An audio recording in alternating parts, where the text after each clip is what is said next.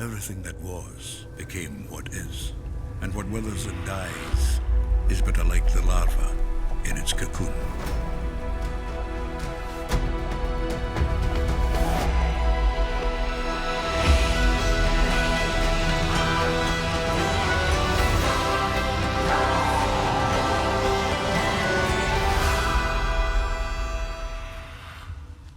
So, hello everyone, and welcome to today's episode of the Corona Talk. And I have the great pleasure of welcoming today's guest, which is none other than Isaac from the mighty Epica. Hey Jonas, Hey. How you doing? I'm good. We Great to see you. figured it out, the technical side of this. Yes, it only took us 2 hours approximately. So I've got some coffee with me. I don't know, are you running on empty or? That's good. It's good. Yeah, same but different kind of. So it's one of my favorite mugs. It's Oh, Def Leppard, cool. You like it? I like it. You do? I like both the coffee and Def Leppard. Yeah. Great combo. So how is life treating you these days? Pretty good actually. I mean, seeing the circumstances, I think I'm doing pretty much okay-ish. I don't have the impression that I'm in an actual lockdown.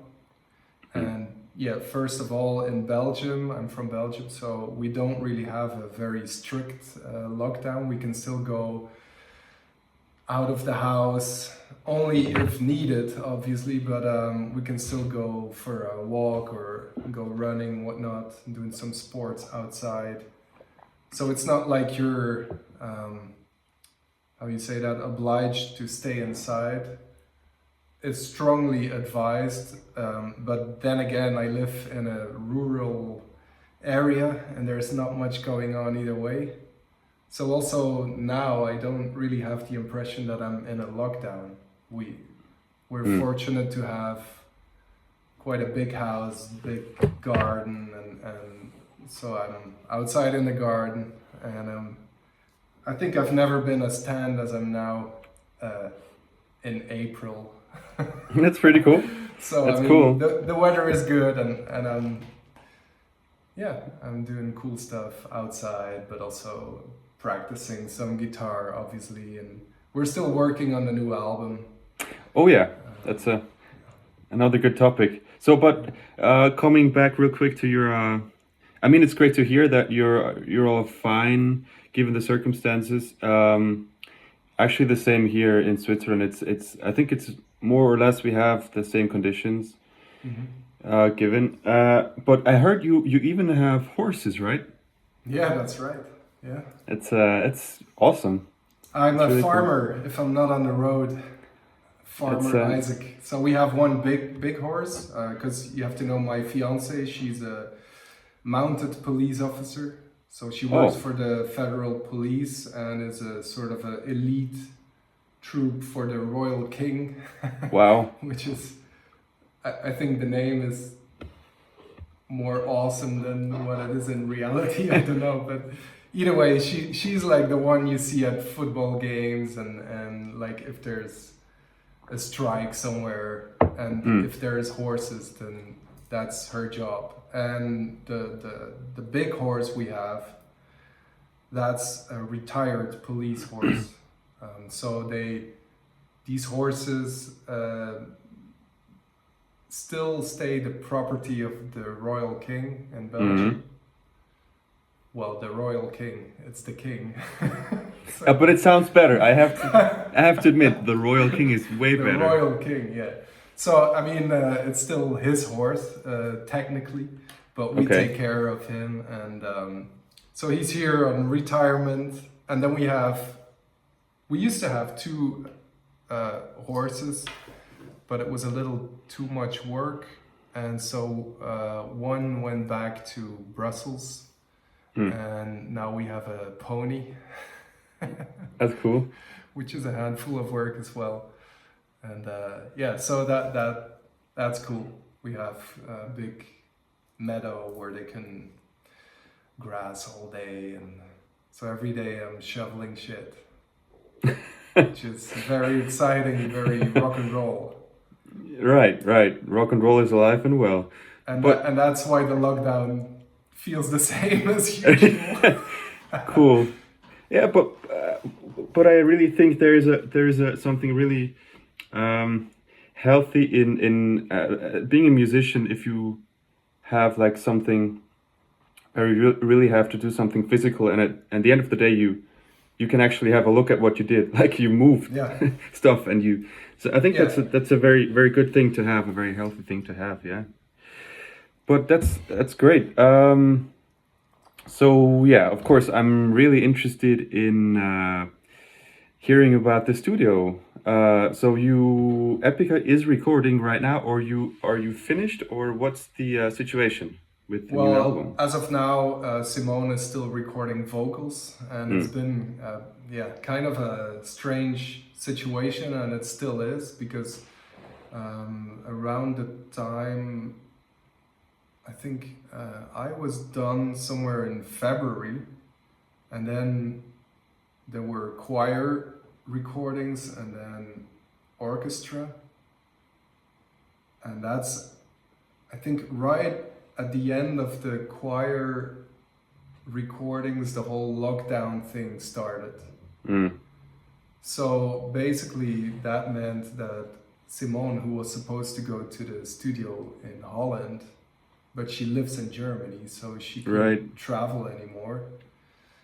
And that put the whole recordings on ice for a couple of weeks. And our producer Jules, he already started working on the mix. Like, okay, if we can't record vocals, let's wait and see what happens, and then we can maybe already he can start working on the mix, and that gives us a little time to see what's gonna happen, and that's how we did it. And then in the meantime, we started looking to other ways how to record. So Simone tried home recordings as well, but then the sound, because of the you need a very dry room for vocals, because you can add reverb but you can't get it out. And where she was recording at home, it had too much reverb already. So that's why we looked at another possibility, which is what we did in the end, and that's she's going to a studio nearby where she lives in Germany, and then Joost, our producer, is sitting in the studio in Holland, and he has full control to all the buttons and whatnot. So we also had to make sure that the right mic was there and the right equipment, but then he has like remote control over the infrastructure in that studio. Wow. Okay. And there's 2 live stream cams in the studio, so they can communicate. And I mean, who would have thought like that you would ever record a full album like that? It's pretty crazy. And that is crazy indeed. Yeah. Wow. So that's what's happening right now. And I mean, if you talk to Simone or you talk to the producer, they both say, well, it's strange, but yeah, well, it works and show must go on. So we're still trying to stick to the schedule and to make sure that we can finish the whole thing in time, which still doesn't imply that we can release the album in time, because you don't know what's going to happen afterwards. But so far so good. We're still on schedule, kind of. Maybe a little delay, but not too much to worry about. And then we'll have to see what happens with live performances and stuff like that, because that's pretty tough. Right. I mean, yeah. So I don't know, what were your plans as of now? Like, what were you supposed to do with Eluveitie? Well, we had some festivals scheduled, and last year was super busy for us. Yeah, we also met, and this year was kind of like a B year for the album, for Autognatus, so to say. So yeah, so far we rescheduled a Russian tour for the end of August now, but I don't know. Hard to say. Hard to say. Yeah. So what's the situation with festivals in Switzerland? Because here in Belgium, everything is cancelled up Yeah. until the end of August. Same. Yeah. It's everything is being cancelled. Like every day there's new announcements. Yeah. It's basically the same. Yeah. I was really looking forward to playing Sweden Rock because it would have been my first time, and you know, that's one of the festivals I imagine that I would love because there's a lot of like those classic rock Yeah. bands playing there, so it's my kind of band. Yeah, Exactly. but like those bands. But yeah, let's see. I mean, some festivals they basically take you over to next year, right? Already they say, okay, we're canceling, but you'll be on the bill for 21. So that's Yeah, but that's cool. also tricky because let's say that our album is supposed to be released end of the year, so that means our first summer festival season is supposed to be 21. Yeah, But if all the festivals are already like fully booked because they booked the ones they have this year, right. then you know, the whole promotion it's Right. it's so fucked up. Like there's so many consequences to what's happening right now. I mean, and that's still tricky. I don't know what. Even if the album would be finished, I'm still like, should we release it? I mean, you want to release it because you worked so hard on it, and I still think it's gonna be a great album, obviously, but it's like if we can tour at the end of the year and we can do the summer festivals, like what is wise to do? And as of now, it's still like Yeah. uncertain. True. Yeah, it's weird. It's really strange, but yeah, I guess one thing at a time, and Yeah. yeah, and I'm sure the album's going to be great, no I'm matter sure. what. Yeah. That's a start. Yeah. So yeah, this is nothing to do with personal interest, but I mean, I saw you on the Epica social media. You post some studio updates. There's a really nice like this studio campaign you do, this Epica 8 thing, and there was also a video about guitar recordings. It's Yeah. probably the coffee. So what can you give me some nerd information here? What amps did you end up using, and what guitars? And Well, yeah, I've posted quite some things along the way, like getting into the pre-production and all of that. So for the pre-production, I think I used a Bogner Ecstasy through a diesel cab. But then at the start of the recording process, we had one day of like getting in, or I mean, Sandlane recording facility. You've been there, so you've seen they have a lot of cabs and amps already there. And then we just took our own stuff, and I also had some of my stuff, take it to the studio.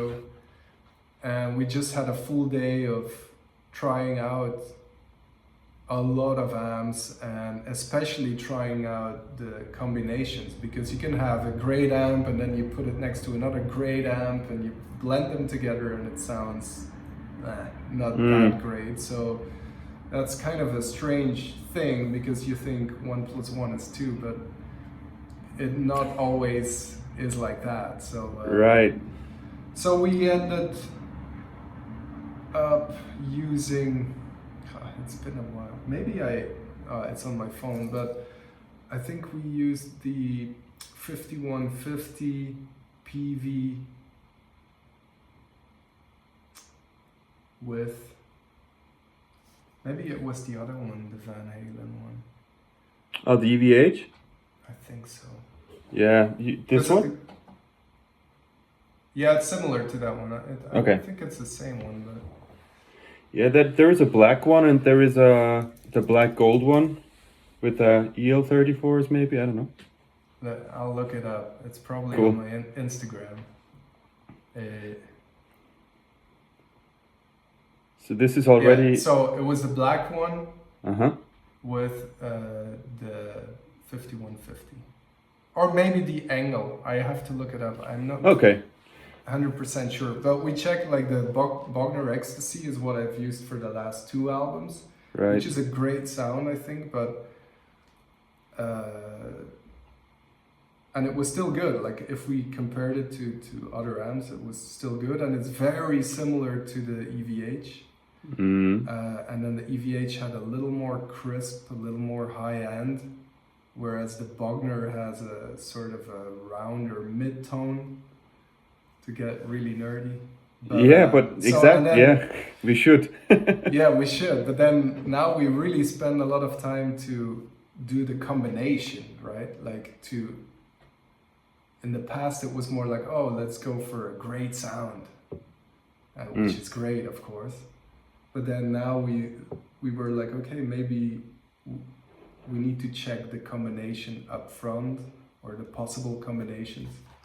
So I think every time you record, it's probably the same with you. Like you always try to find new ways and better ways, and maybe if you listen back, you're like, maybe next time we have to do it slightly differently. And Joost has also been working with Powerwolf lately, and he did that for the last thing he recorded with them as well. Like just a whole day of, even if you know this amp is great or that's gonna work because it worked in the past or whatnot, just try out new things and blend them together and see what's the best combination. So that day I played the same riff for a million times, and we had a Logic file or Pro Tools in the studio, a Pro Tools file, which was so many layers of guitar, and it was very confusing in the end because there were so many matches and different combinations. But slowly, like towards the end of the night, you can narrow down to what you think is a really cool sound. And also because we did a lot more effort on the pre-production, so those were already very far in the, the songwriting, the sound of everything was already pretty spot on. So that means that we could also blend it with what we already had with vocals and orchestration, stuff like that. So you already had a pretty good idea of what it would sound like. Right, that helps a lot, of course. Yeah.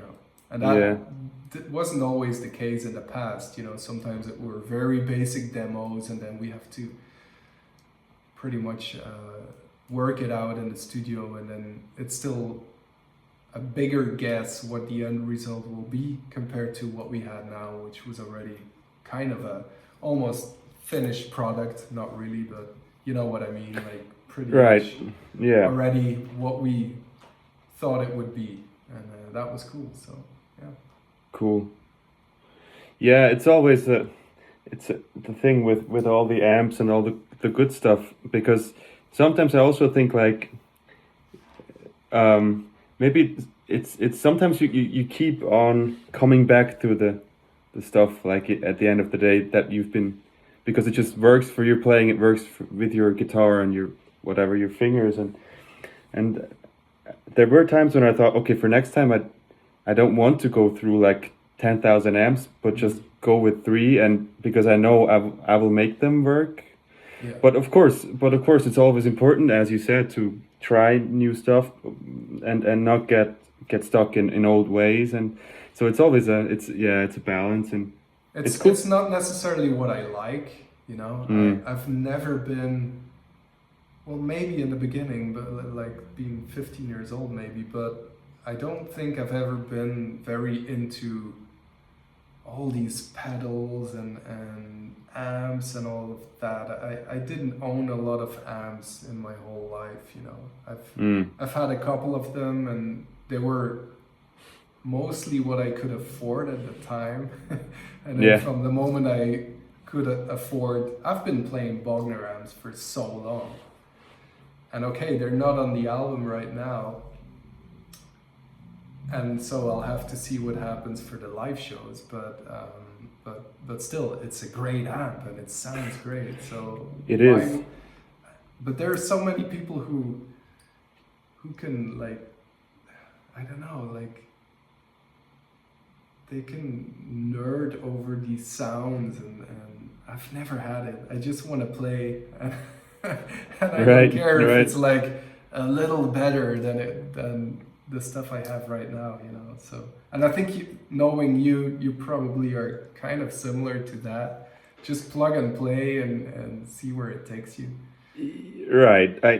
Yeah. I think the way I grew up with is also I've been an amp kind of guy, not a pedal guy, I guess. And it was always like take the guitar and just plug it straight, and yeah, just let your fingers do the sound. I mean, in the end, it's your fingers, right? Yeah.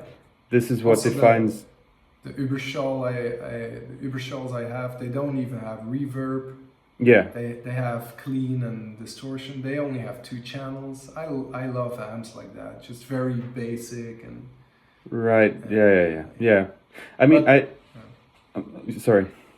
No, well, I mean, everyone has to decide what Right. they want, and I mean, it's still cool if I see players who have like this elaborate pedal board and it all sounds great but Yeah. it's nothing for me.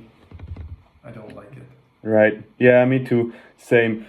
Sometimes I do like to indulge myself in like the super nerd talks, but a lot of times it's what fascinates me is like if I hear people talking that basically were involved in like a development for, I don't know, let's say Dave Friedman who built rigs for Lukather or Eddie Van Halen, and so I'm interested in hearing the stories and hearing how he did it. But then again, as you said, I think it's the same case with me when I have to play. I just like to have it as simple as possible and just go straight. But are you still using the bias stuff for live, or what's your live rig? We switched back to a blend of digital and analog. So I play positive grid stuff, which is kind of an amp, not really simulation, but you do amp matches, and then Right. of course they have a whole cloud of a lot of different sounds, and the bias effects, they have a lot of effects on top of those sounds, so you can pretty much get any sound you want out of this stuff, but it's all digital. And I was always like, just saying what I just said, I was always kind of, nah, I don't want this stuff. But then years ago, we wanted to go on a US tour, or we did go on a US tour, and we wanted to have a lot more production, a lot more lights. But that meant that we had to skip some stuff which is very bulky, like a big amp in a flight case, cabinets. Every one needs to have a spare. Yeah. So, I mean, the whole Right. trailer is pretty much stacked with stacks and with amps and bass caps and whatnot. So we thought either we do that, and that means we can't bring as much light or production, or I sell my soul to the devil and I go for something digital. And that's actually I think a day after I started that thought process, I got a guy reaching out from Positive Grid, like, hey, this is what we do, are you interested? So I thought, maybe that's a sign. So I decided to go for it and went to the studio and checked it out with Joost. Did our amp matches, and I have to say the first day it didn't go as planned, and I thought, nah, it's not what I want. But then it was our sound engineer who said, well, if we do it again, I might find a solution, blah, blah, blah. Long story short, so we did a second day in the studio, and then we could match that Bogner with a whole bunch, I think 7 or 8 different mics. Mm-hmm. And so we used all the mics that pretty much all our sound engineers like. So so they could just choose, depending on which sound engineer we were working with, they could just pick their sound they're used to. And so that's what we did. And I also took Mark's guitars to the studio, so I could match it with his guitar, and Right. everyone seemed happy. So we started this tour, and it was our US sound engineer, who is also like, he hates digital stuff. So I was very curious what he would think of it. So the first days he was still like, nah, but then after a week he was like, well, I have to admit this is great stuff. Yeah. So, Right. and also because I'm not gonna say you should use that in a recording environment, but if you play live, this equipment is so good these days that you barely hear the difference. And but that being said, after a while now it's 50-50. So we use, back then I used 2 positive grid racks at the same time. Mm-hmm. So my signal got split into 2 positive grids, and then I could choose 2 different mics, and then they can blend it at the front of Okay. house. And now it's 1 positive grid and 1 amp, Okay. which is the Überschall. Right. Right. Yeah, that's cool. I think those hybrid setups, they're a great way. I would actually like to. I'm thinking about something, but yeah, since we have some time to think about that now, it's yeah. So But- what do you use now? Well, since I joined Eluveitie, it was always campers, and kind of stuck to that. And I think it's kind of similar to the positive grid stuff. It's Yeah. Of course it's a great piece of gear. It can be a lifesaver. It's great to travel, as you mentioned. All that stuff is really, really great. And still, of course, I miss a real head. Or that's actually maybe another point to mention, or what I end up realizing is what I probably miss even more is not having a cab and having the in-ear, because I think as a guitar player, I don't know how it is for you, but for me, a great sound is basically when I don't have to use in-ears, and the cab is maybe, I don't know, it's not in front of me, but it's maybe a bit like next to me somewhere. Yeah. So I can not hear, but feel the air between the cab and my ear. And I think that's what makes the sound really comfortable for me to play. So, you know what I mean? Because a lot of times when I play with in-ears and I have this camper signal, which is great, don't get me wrong, but it's so like kind of direct sounding that I always feel it's kind of like, gives me like an effect of, it's kind of like a dry sound, even if you add like your delay and reverb. But sometimes I think it's like it's so in here, it's so near that I feel more. It's basically, for me, it's a more stressful situation to play and to pull off the, all the solos and stuff. I know what you mean, and it is true. Like in ears, I mean, I'm having them right now, so it's very direct, and Yeah. but that means because we had the same thing going on. Like in the past, we had our cabs facing sideways, like from both sides. But then again, the bigger the stage is, the less you hear of them, right? You have to either put them higher, which you don't want.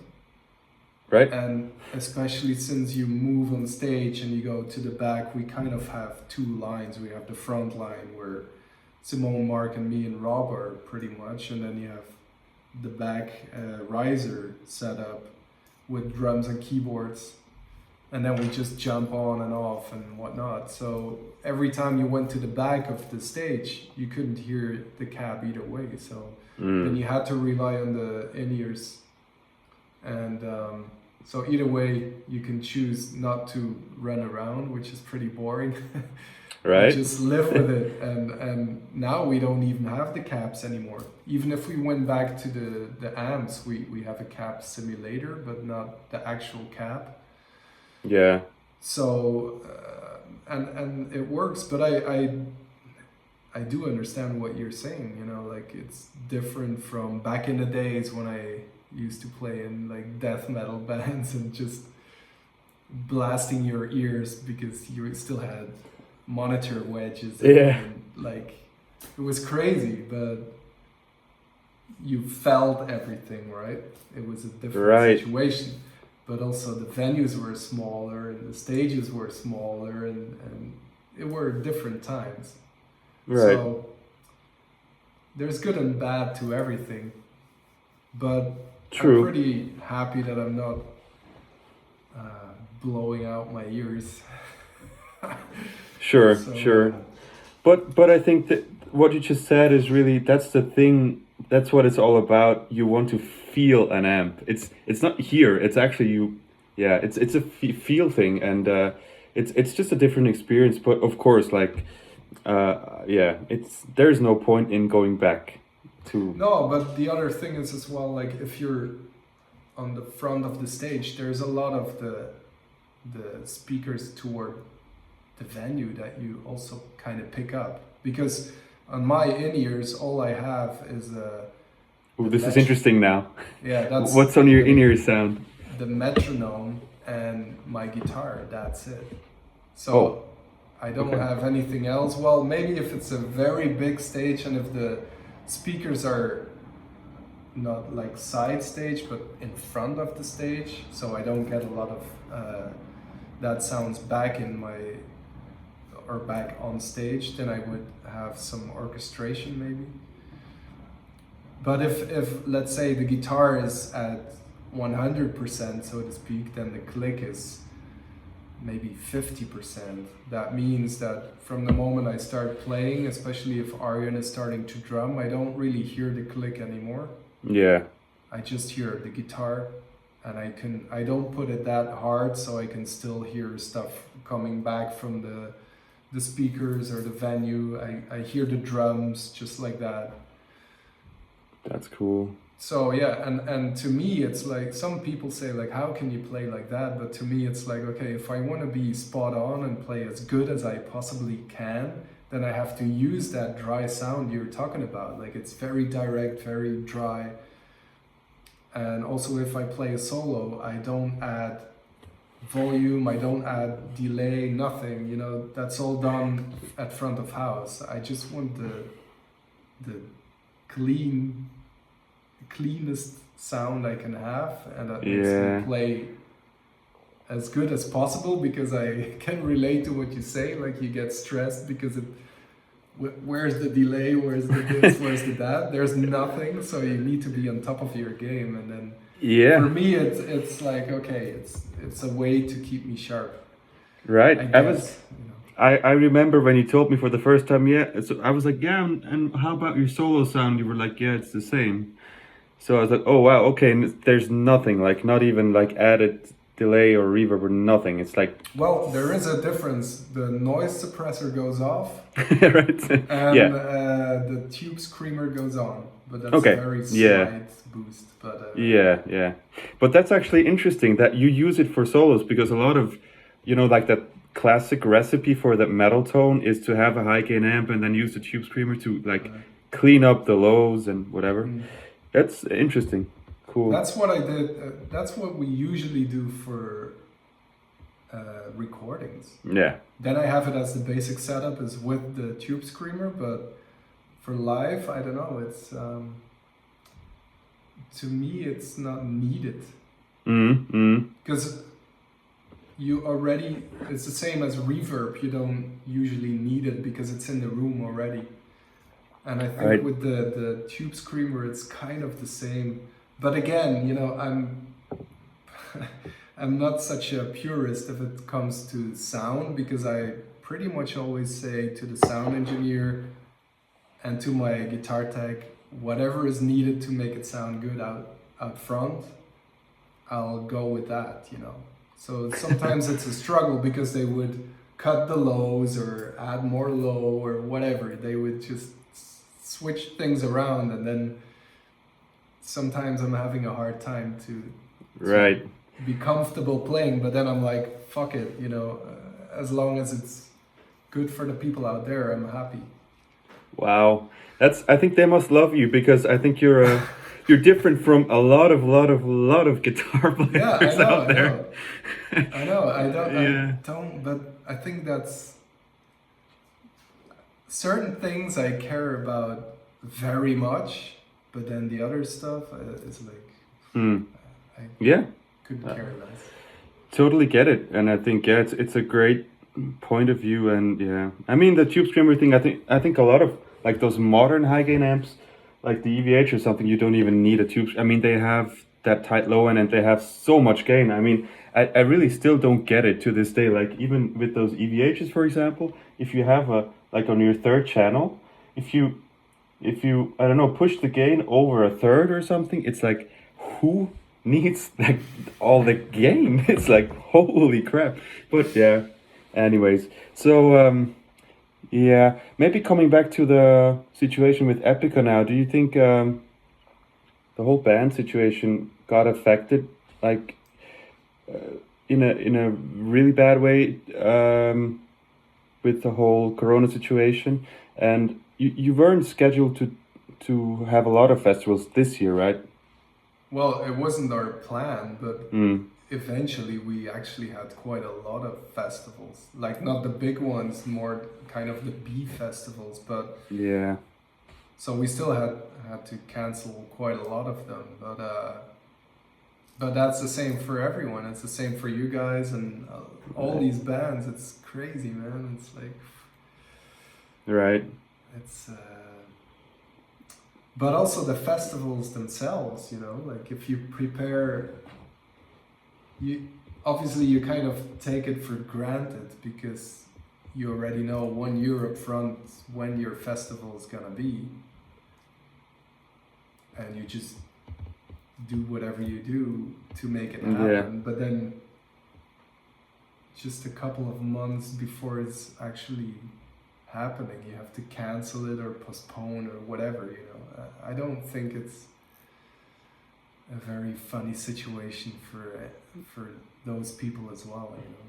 No. And Yeah. and it's the whole scene which is affected because Right. it's not only the festival, the promoter, it's the sponsors, it's the bands, the people who wanted to go to the festival because right, no festivals this year. I think for a lot of people it's kind of a, you know, you bought the ticket or you're looking forward to it. You've been there like for years on end with your friends and it's not happening.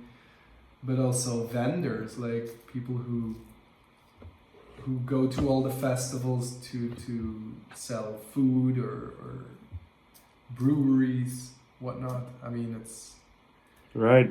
it's so big, you know. You just, if you start thinking about it, it's just mind blowing how many people are affected by that and how long it's gonna take to level it out again. Right. That's another huge point you got there. Yeah. Right. Yeah. I guess I don't know. We can consider ourselves being lucky in it that we're like in a that we're playing in bands that we have a certain standing and we are in a situation where we have a financial we have some rescue plans. Kind of we have this Yeah. option not if with it's- these options. Not if it goes on for, like, some experts were talking about 2025. Now, No. I could imagine that this could affect us up until that point, like that it can take years for everything to settle down again. Mm. Like I said, if the bands who are supposed to play this year play next year on the festivals, that will affect everyone who's releasing an album after this summer festival season. Like that, especially I guess the smaller bands, because for bigger bands, there might be some spots available magically, right? Yeah. But yeah, I think for a lot of bands, it's gonna be tough. Yeah, definitely. Yeah. Not only bands, you know, like the whole industry, and I don't Right. know what's gonna happen. But I said that, so I was a guest on another podcast lately, and then I mentioned that as well, that it is pretty much up to creative people to, well, it's not up to us, but it's most likely the creative people who obviously will find creative ways to come with a sort of solution or a new thing. And I mean, the reason that we're talking to each other right now is because you're not touring and you're not, you know, you're just as a band, but also individually sitting at home, and you have to come up with new ways to get your message across, or to maybe get some sort of income or attention or whatnot, whatever it is, you know. Right. And so yeah, I'm not too worried that eventually new ways will emerge for artists, and it will in the end be all fine, obviously, but Yeah. I don't think everyone's gonna make it. Yeah. Unfortunately. Unfortunately, yeah, and that's yeah, but yeah, eventually, right? As you said, people will come up with new ideas and solutions, and but also like for the moment we're in right now these days, I think since we're doing okay, and for a lot of people they've been hit way harder, being it for I don't know, health reasons, or even I don't know. I mean, a lot of people get depressed or whatever. I think it's also really it's worth quite a lot to maybe just give people just some small bits here and there to have a laugh or to have a good time. So I was very happy to see when you started those.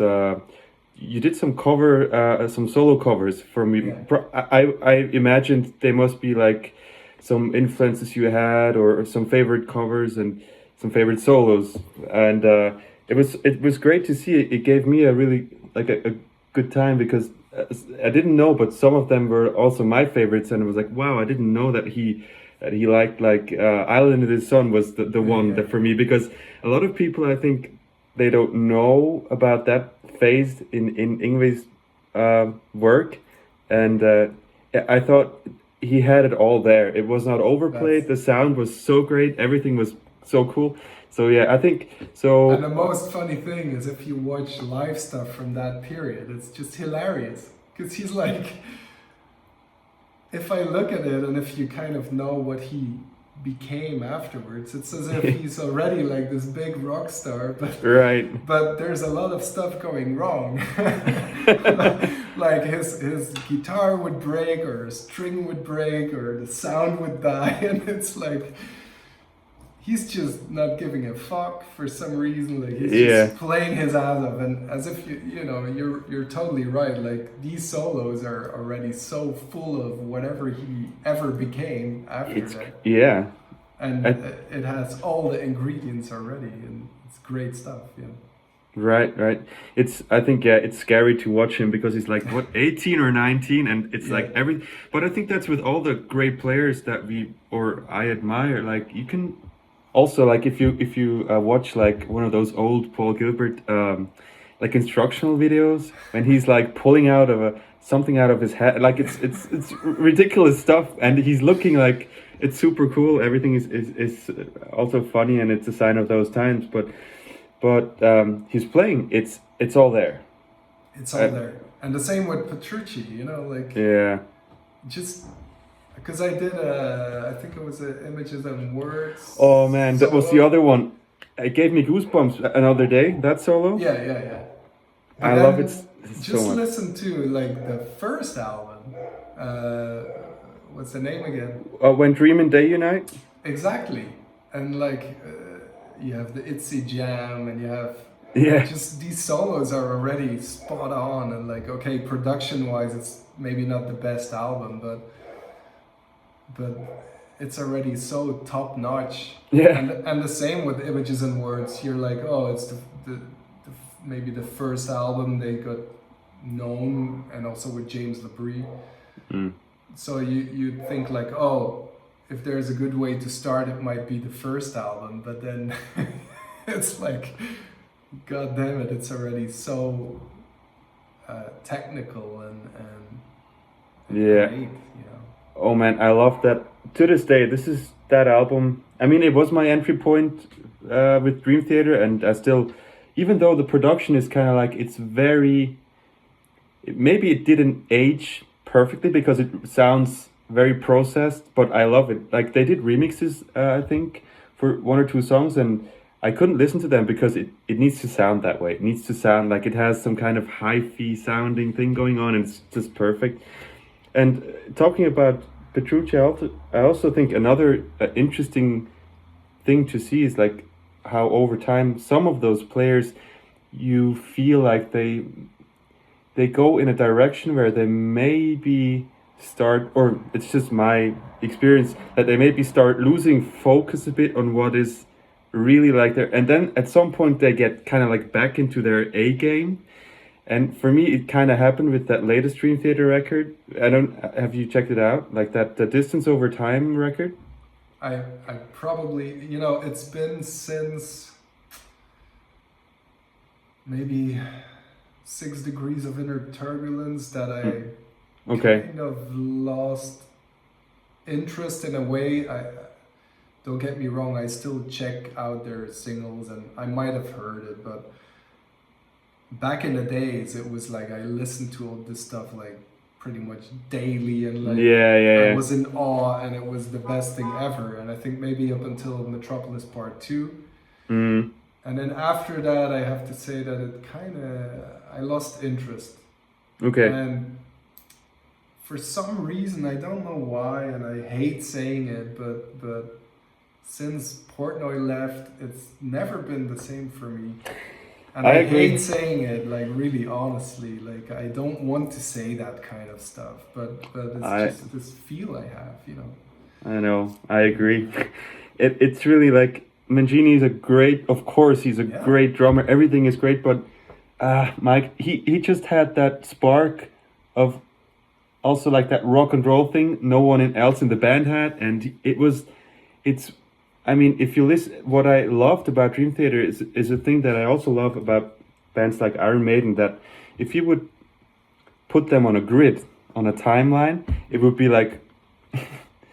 But with Portnoy, they had this a bit as well, that some parts were a bit faster, some were a bit more laid back, and that's for me what made the music so magical. Like, it had so much also emotion in that sense that...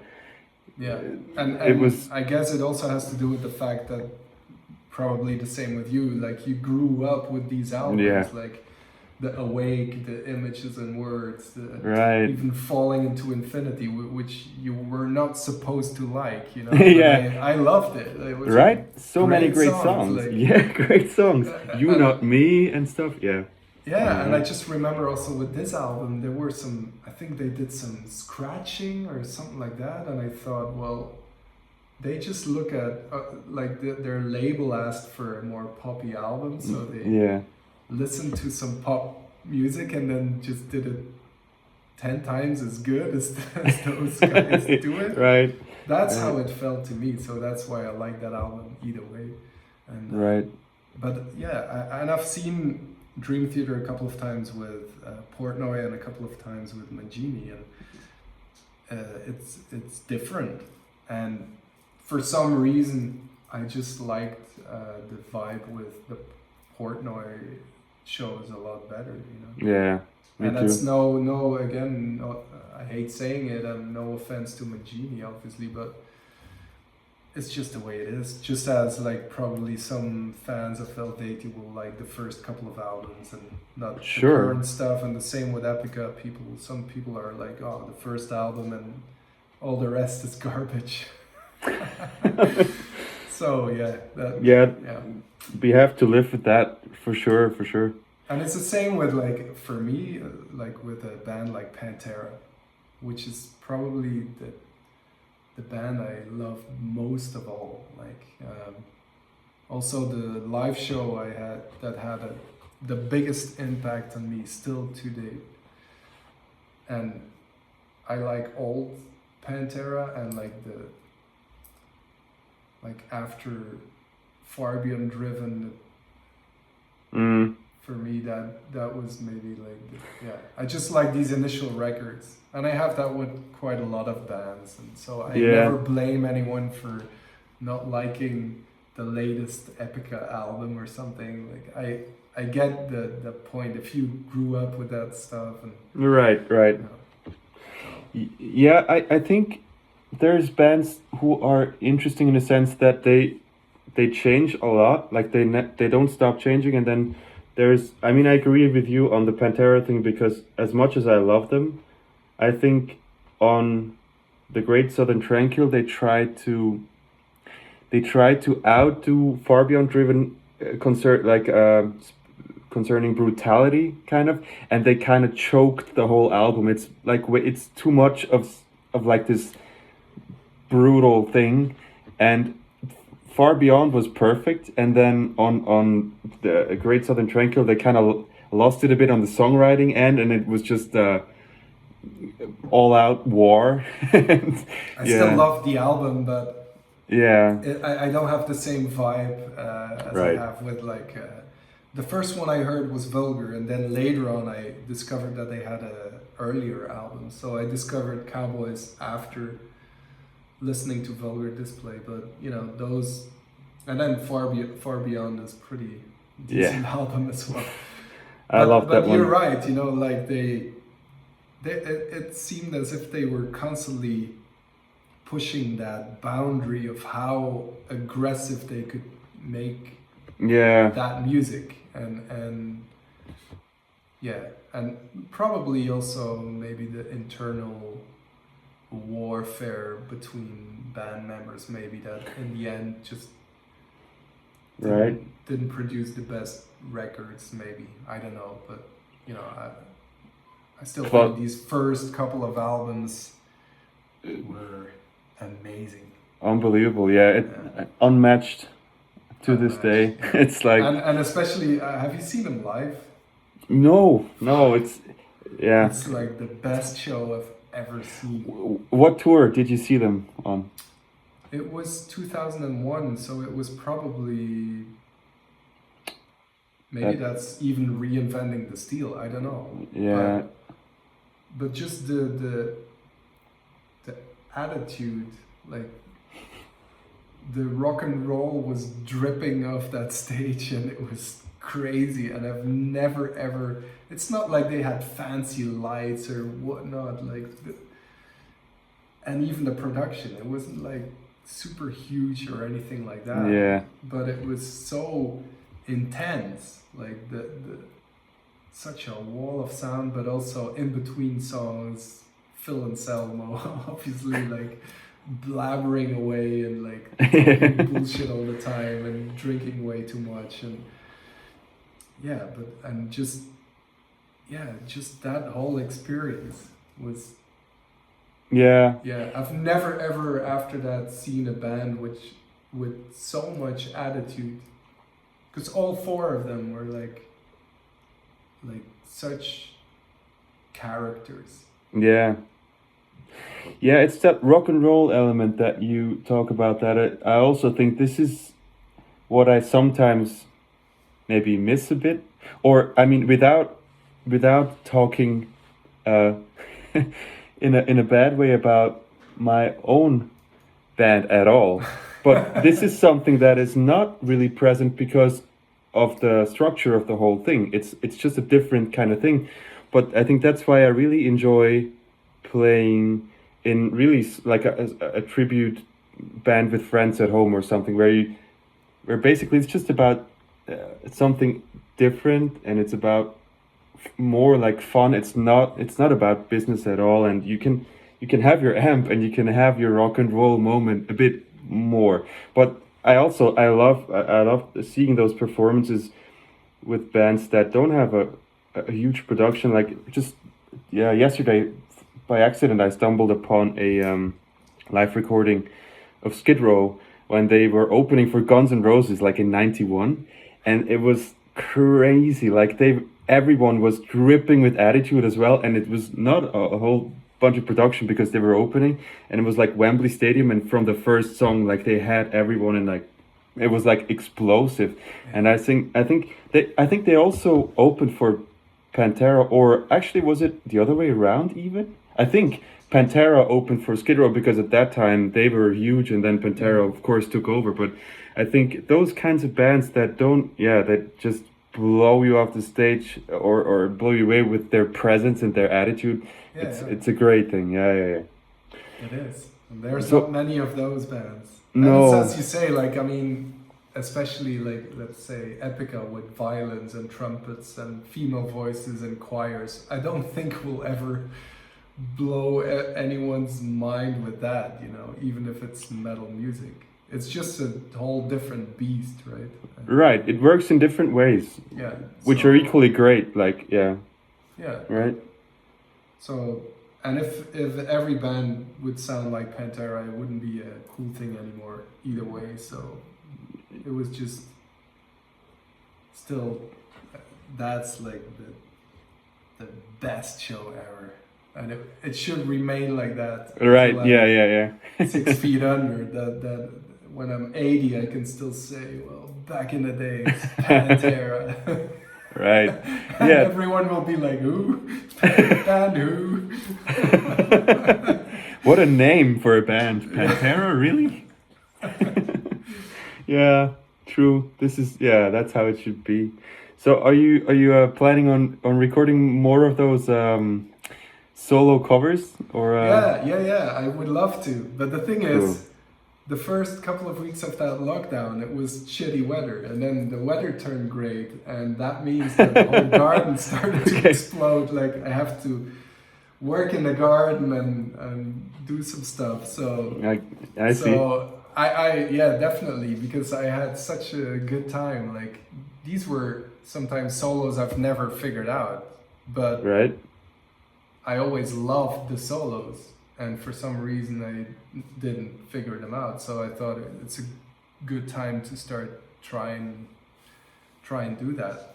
Right. The same with right. what you mentioned, like the Malmsteen stuff. I never really practiced any of that, but then and especially the Alcatraz stuff, you can't really find sheet music, not to my knowledge.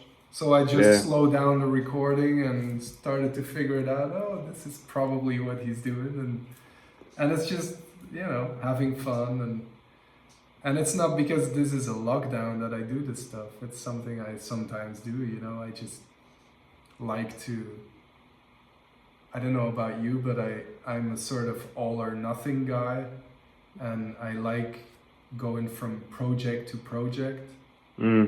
So if I decide to do this kind of stuff, I'll just 24/7 do that for a while. And then now it's the garden, and that's my project. And then I only do that kind of stuff. And then when I'm bored with that, I'll go back to doing something else, you know. So I'm not Right. very consistent and stuff like that. It's not like every day of the year I'm practicing. That never happens. But I just have these phases in which I'm like very motivated and focused. And that's Right. the same with recording or writing, or, you know, if I'm writing songs, that's the only thing I do. And I forget which day it is, and I forget Right. to go do grocery shopping, and I just, Yeah. I feel you. Yeah. yeah, you have the same thing? I mean, I also like to have maybe, you know, two things going so I can jump a bit, like maybe have a songwriting, like a session open, and then when I feel like this is not going anywhere, I can maybe jump to, let's figure out, like, I don't know, an 80s hair metal riff and do a post. And but yeah, sure, like, to forget your surroundings, I think that's an essential part of creating great stuff. I mean, Yeah, but it's not always, you know, being in a relationship and being like Yeah. that, it's not always good. absolutely, yeah. I remember, like, So- back in, I think it was for the Quantum Enigma, like not the last album, but the one before, where sometimes we would get up at around, like, when my girl needs to go to work, we get up around 4:35 in the morning. And so I get up with her and I would start writing, and then she would return sometimes at 10 at night. So it's a really long day. Yeah. And she would come in and be like, "Hey, do we have some food?" And I'm like, "Did you go for to walk the dog? No, forgot it. Do we have something for tomorrow to take to work? No, I didn't go to the shop." So Right. Uh-oh. Yeah. but I'm still learning to. Sometimes I put my alarm, and I also started practicing this. The what is it again? The 80-20 rule. I don't know if you've heard about that. That Yeah, pretty that's much. I have a book about it. And it's a very interesting book. So it's Pareto's law, which says that 80% of a certain outcome comes from 20% of input. And we all know that if you're practicing, then you start practicing like a real decent boy, like you do your tricks and all that, but then before you know it, you just start playing random shit and whatnot. So yes, definitely. And that's pretty much what the book is about. Like if you have to concentrate on that 20%, which will bring you 80% of output, right? Right. And so I started doing that for a while. So I would literally put my alarm and do like 1.5 hours, 90 minutes of something, and then do 90 minutes of something else. And then that gave me 90 minutes to go do grocery shopping or stuff like that. So that's cool. Maybe I have to try that. It's a good inspiration. yeah. It works. Like, because you also kind of, you subconsciously you get an extra deadline. Like, yeah, let's say that, today I need to finish this or that. Like that time frame is 24 hours pretty much. Whereas if you put that alarm and you're like, okay, I want to figure out this little piece of music, or I want to do this or that, it kind of gives you a deadline of 90 minutes. Right. And so it really works. Even if you're not done in 90 minutes, you pushed your way through. Right. So I can strongly recommend that. Cool. That's great. Never stop learning, right? I'm running out of batteries, so I have to so my power station is not here, so I have to change location now. Yeah. So so your tips and tricks? Give it to me. You know what? One Is there thing something like you realized that you thought like, if I knew that like years ago, I would be a way better player? I think it's a culmination of things that you learn along the way, because I think there's a there's a time for everything. So if you're in that phase where you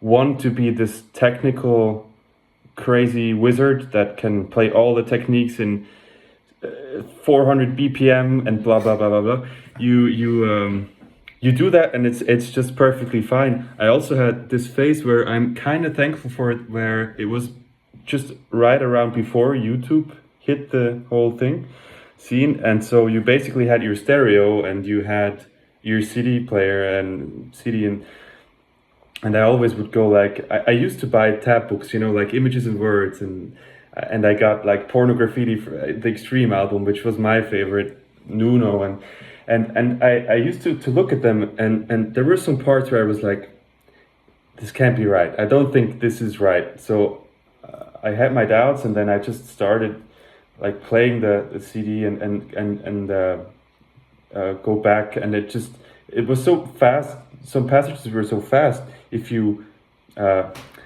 did the backwards thing, it sounded just the same, because it was like so. But then again, of course, you didn't nail it like 100% like the original, but you came up with your own thing, right? Yeah. Because that's what your ear got and what your fingers did with it.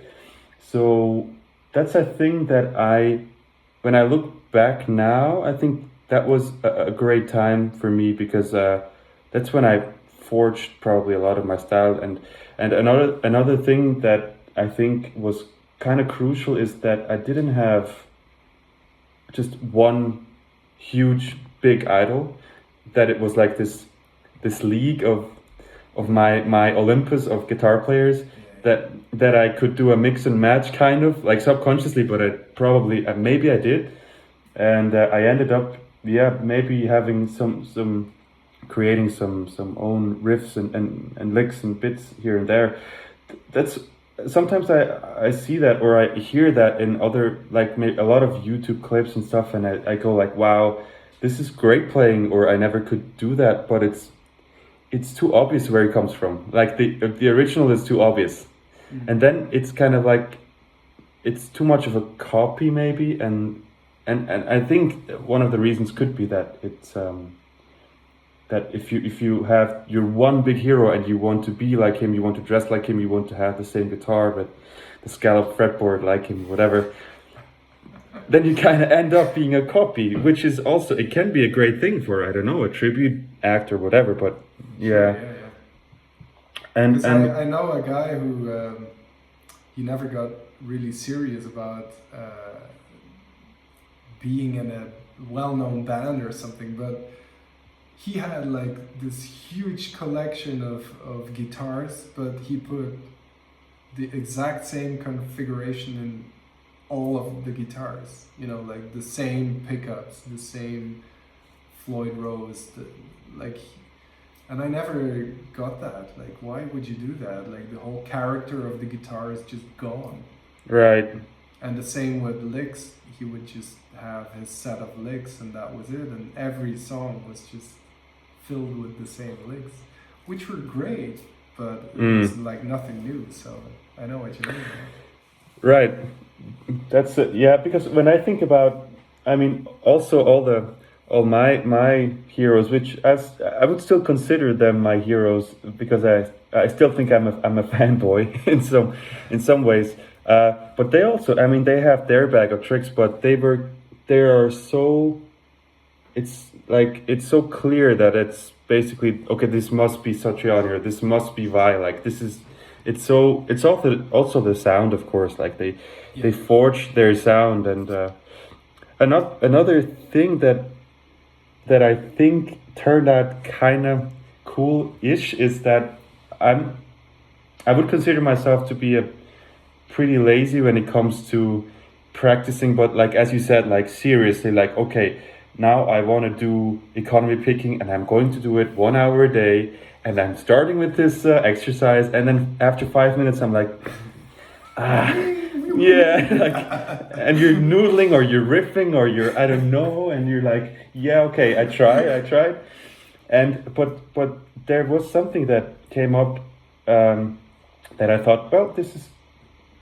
actually pretty cool. So that I remember I started practicing something at one position of the fretboard, and then along the way I probably stopped, and then at some other point I started practicing something else, which was maybe in a surrounding part of this first part. So now when I maybe do, I don't know, I go from a low note to a high note on maybe all 6 strings or something, I find myself like switching techniques, switching the way I look at the fretboard, and I realized, okay, this is kind of like a product of me being kind of lazy and just jumping over to the next thing. But now it sounds like I couldn't trace this sequence back to one player, so maybe it's just me now that does it like that.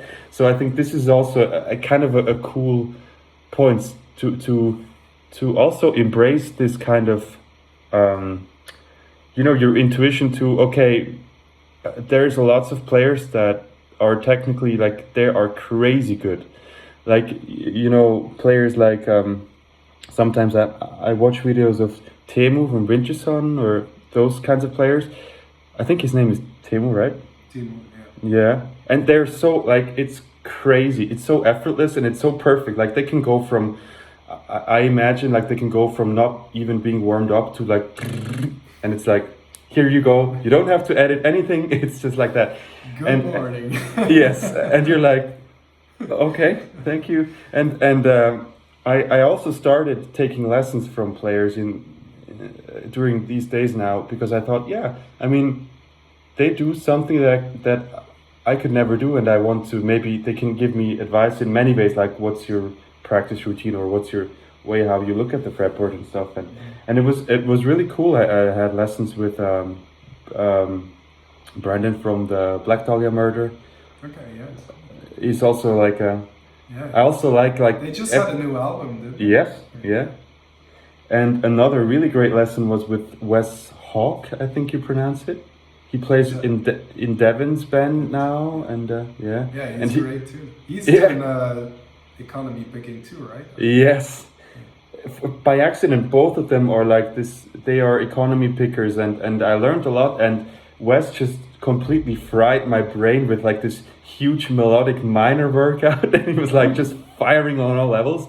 And I was like, wow, this is great. This is like it's a huge chunk of things to work on, and it's great. It's great. And another thing that you mentioned before, where you said like, you know, I'm not doing the solos particularly because of the corona. Maybe you're posting them now, but you did them before because it's fun for you. It's also a thing that I do now with those this unnecessary shred thing, where where I mean, basically this is one of the ways I love to practice, is to put on like pop music that I really like. It doesn't have to be rock. It can be from like Lady Gaga. It can be Katy Perry, whatever. Basically, tracks that I really like with cool harmonies that or cool hooks that don't have a lot of rock guitar in them. So I can basically destroy them by just noodling over them, and a lot of times I actually just enjoyed it the most by just riffing over the songs. Like I pretend to be, I don't know, Nuno playing over that Lady Gaga song, whatever. That's how I grew up, you know, like being, I don't know, 15 and you're in your room, and back in the days there was no YouTube or anything like that. Right. You know? Like you just had the radio and your CDs and maybe some cassette tapes, and that was it. So I would just have the radio, like every Saturday, I think you had like a sort of a alternative rock kind of show on one of the radio channels here in Belgium. So I would I think it was the Saturday or Sunday, and I would listen to that all the time. And then while these songs were playing, which is like The Offspring or Presidents of the USA, you know, bands like that, Henry Rollins, and then I would just noodle like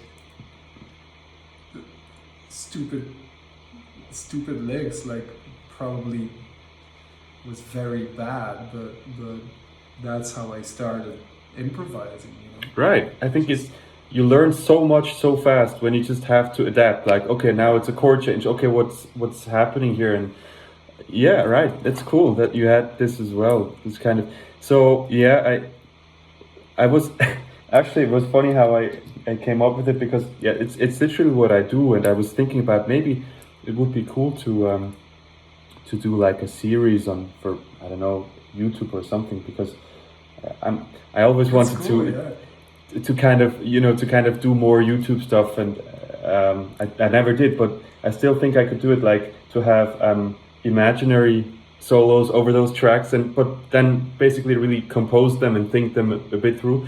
But how I ended up doing the Instagram live now, this unnecessary shreds, is sometimes I go back to PlayStation gaming, because I had this phase when I was maybe 10 years ago, and I was basically, I thought, okay, now you've got some time, come on, go get your hands on the new Final Fantasy and dive into nostalgia. And the game was so big that it took forever to load, you know.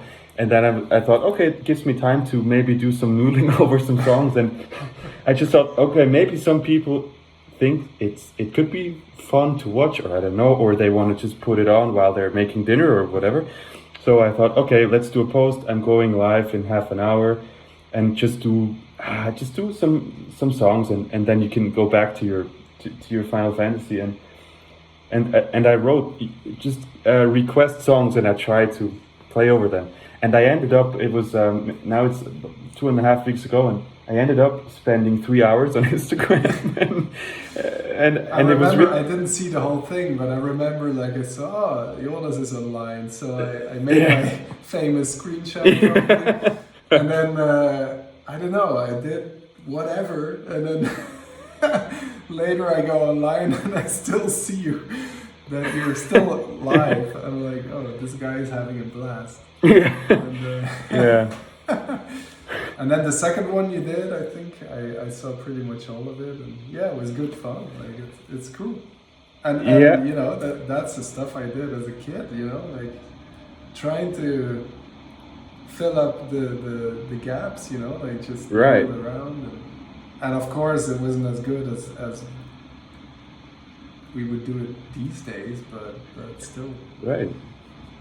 But I think it's an important thing to sometimes go back or preserve that part of you that's this kid who's discovering everything, like, wow, what's that, and who's that player, and wow, this band, and blah blah blah, and I think that part is essential, like because it's the part that gives you all the joy, like you're like this happy kid in that moment, and I think I mean it was the same with these solos, like the moment that like, okay, let's do this, let's learn this Dream Theater solo or whatnot. So you start and you're like struggling. I just look on YouTube to the same with Sweet Child of Mine, that solo. Like I've heard it a million times, right? And I've never really took the time to figure it out. So I did, and I looked at how he plays it live, and then so I really want to see like what is he doing and which positions is he, because you would be surprised how many of these tutorials are actually totally wrong or totally wrong. Like they're not wrong. Some tutorials say here's how Slash is actually playing it. Yeah. There's still mistakes in it, but that's fine, you know. But that's the reason why I want to go back to like video clips and live stuff, so you could actually find out a lot better how they are playing this stuff. So, but then to make a long story short, like you start doing that, it's kind of a challenge, and of course you know the solo, you know what's coming because you've heard it so many times. Right. And the moment when you're playing it, like from start to finish, that's exactly like you say, like you feel like this kid again, like right, oh, yeah, I can play the solo now, and it's just such a great feeling. It is, still, yeah, it is, and that's why I guess I'm still loving what I'm doing, you know. Right, absolutely. I also think that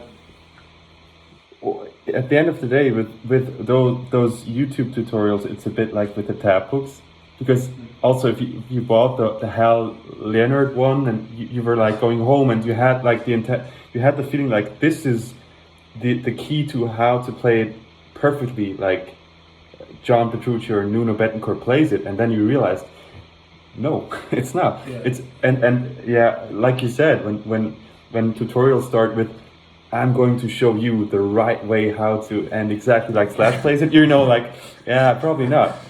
But then I think a thing that I think is just so great about my favorite players is that they, of course, in a case like Slash, they are very lyrical and they kind of compose the solo, but in the end, every time they played a bit differently. It's not like they let it lead them, like some bits here and there, and this is what I really love, and this is maybe also a part that I miss sometimes in the metal scene, where you have a lot of technically like unbelievable players, but every time it's like the record. It's like one, like it is exactly, every note is like edited, like, you know. Yeah, but you know, you could say the same thing about classical music. I remember that I was so frustrated in, you know, I started playing classical guitar, and even though I hated it in the beginning, but I played it up until like for 11 years, up until I was 18. And I remember like especially the last couple of years when I was also playing electric, I started to have more of what you're talking about now, like more of, maybe I can, you know, I knew my pentatonic scale and my scales and chords and power chords, and I started playing in bands, so I started to write songs, and but then you're in a music academy where a certain piece of paper kind of tells you exactly what to do. Also the piano or the forte or the crescendo, whatnot, you know, everything is on the paper. And I remember that I got not bad grades, but not really great grades at a certain moment, because they said, well, you know, you don't follow the sheet. And I was like, well, but I play the right notes, right? Yeah, but you're not always doing the crescendo at the right time and all of that. And I always thought like, but I feel it differently, you know, I don't feel it at exact that note, but that was not done, you know, I couldn't do that. And I still think up until today that, okay, technically they were right because it's not indicated on the paper, but I mean, I think I've written out tabs for Epica stuff and for other stuff as well. If I'm learning new things, back in the days I would tab things. And I know how hard it is to sometimes capture something on a piece of paper. You know, if you're doing, like you said, you know, like you're doing something and sometimes there even is a way to put it on paper. Like, right. Or you see, I don't use a tremolo bar, but if Steve Vai would use the tremolo bar and like do all these kind of crazy stuff, or Van Halen, or you know, how do you write something like that on a piece of paper and make sure that people will do exactly? You can't, you know. I think they even don't reproduce it 100% accurately every time. It's just a feel and a kind of, okay, I want to do this or that, and so I've never understood that, you know. Yeah, right. I think they don't even want it to do it exactly the same. They just want to be musical, like what they feel or what, wherever their intuition leads them. But it's an interesting But then again, point. you know, I can totally be in awe of someone like John Petrucci, who's like spot on all the time, and like this is the etude which he wrote and which is a solo, and like every note is there, and you know. True. One of my favorite memories of John Petrucci is that he fucked up on Grass Pop one day, like he was doing a sweep picking thing, and in the middle of the thing he fucks up and he just stops and puts his hands in the air. Like, really? Sorry guys, and then picked up later, and it's the only time where I thought, okay, he actually stops playing, you know, like. But I think that's a great reaction, because it's kind of fun, and he's kind of aware that, come on, I'm not a robot, and people look, it's I've outdone myself, and I think it's great, as opposed to, I don't know, look over to your guitar tech and start yelling my sounds bad. Exactly. So that was still very cool to see that. Right. But the same with, like, let's say, I think we both like finger picking and acoustic, you know, like Tommy Emmanuel. Sometimes he also seems like being a machine or something, but then, you know, sometimes they make mistakes too, and even on recordings you sometimes hear that something is not 100% accurate, or and it doesn't matter, you know, but then if that is on your sheet paper, so you basically have to play mistakes or something. I don't know. Yeah, Like absolutely. I maybe get I your point. exaggerate what I want to say, but you should still just go with the flow. And as you said, like what I figured out a long time ago is that if I try something, I will find different ways to kind of do kind of the same, a bit like what you said, like you don't know what they're playing, but you want to get the essence of what they are trying to say. So I would change up fingering patterns, or just I would change up some things here and there just to kind of get the same vibe, but I'm not physically capable of doing it the exact way they do it. Like if Patricia would do like a strictly alternate picking pattern, and I would do in like maybe use one pull off or something. Right, yeah. Oh, you can't do that, it's not done. But then I'm like, well, I still get the vibe of what he's trying to say, so... Guess what? I'll just do it anyways, because... Yeah. And I think here's the thing, because why is playing legato... Why is it worse than playing alternate picked? It's a different color. It gives you a different sound. That's all. Yeah. And if it suits you, you should go for that thing. And yeah, absolutely. And yeah, it's really interesting about that acoustic guitar picking stuff. That's obviously a great passion of yours, because I've seen you doing some really crazy stuff, like where you have the whole arrangement on one guitar, right? Where you play melody and bass line and chords. Yeah, so, I like that. Yeah, obviously. So when did you start discovering this passion for yourself? Well, I just started when I was already over 30 years old, So I was late at that game, but so I did classical first, and then I switched to electric, and then during College of Music, I discovered, someone mentioned Tommy Emmanuel, and they had this live DVD, or back in the day it wasn't a DVD yet, I guess, but a live recording of live in Louisville, I don't know, like somewhere in the US, and I was amazed, like I knew Chet Atkins because he recorded album with Mark Knopfler from Dire Straits. Whoa. One of my favorites. Yeah, so I knew Chet, but I never heard of Tommy Emmanuel, and then I found out about him through that live recording video. I saw the video, and then later I got the audio of that recording or show, and I tried to figure it out by listening to it, but it was like so fast and so complicated, so I pretty much left it for what it was.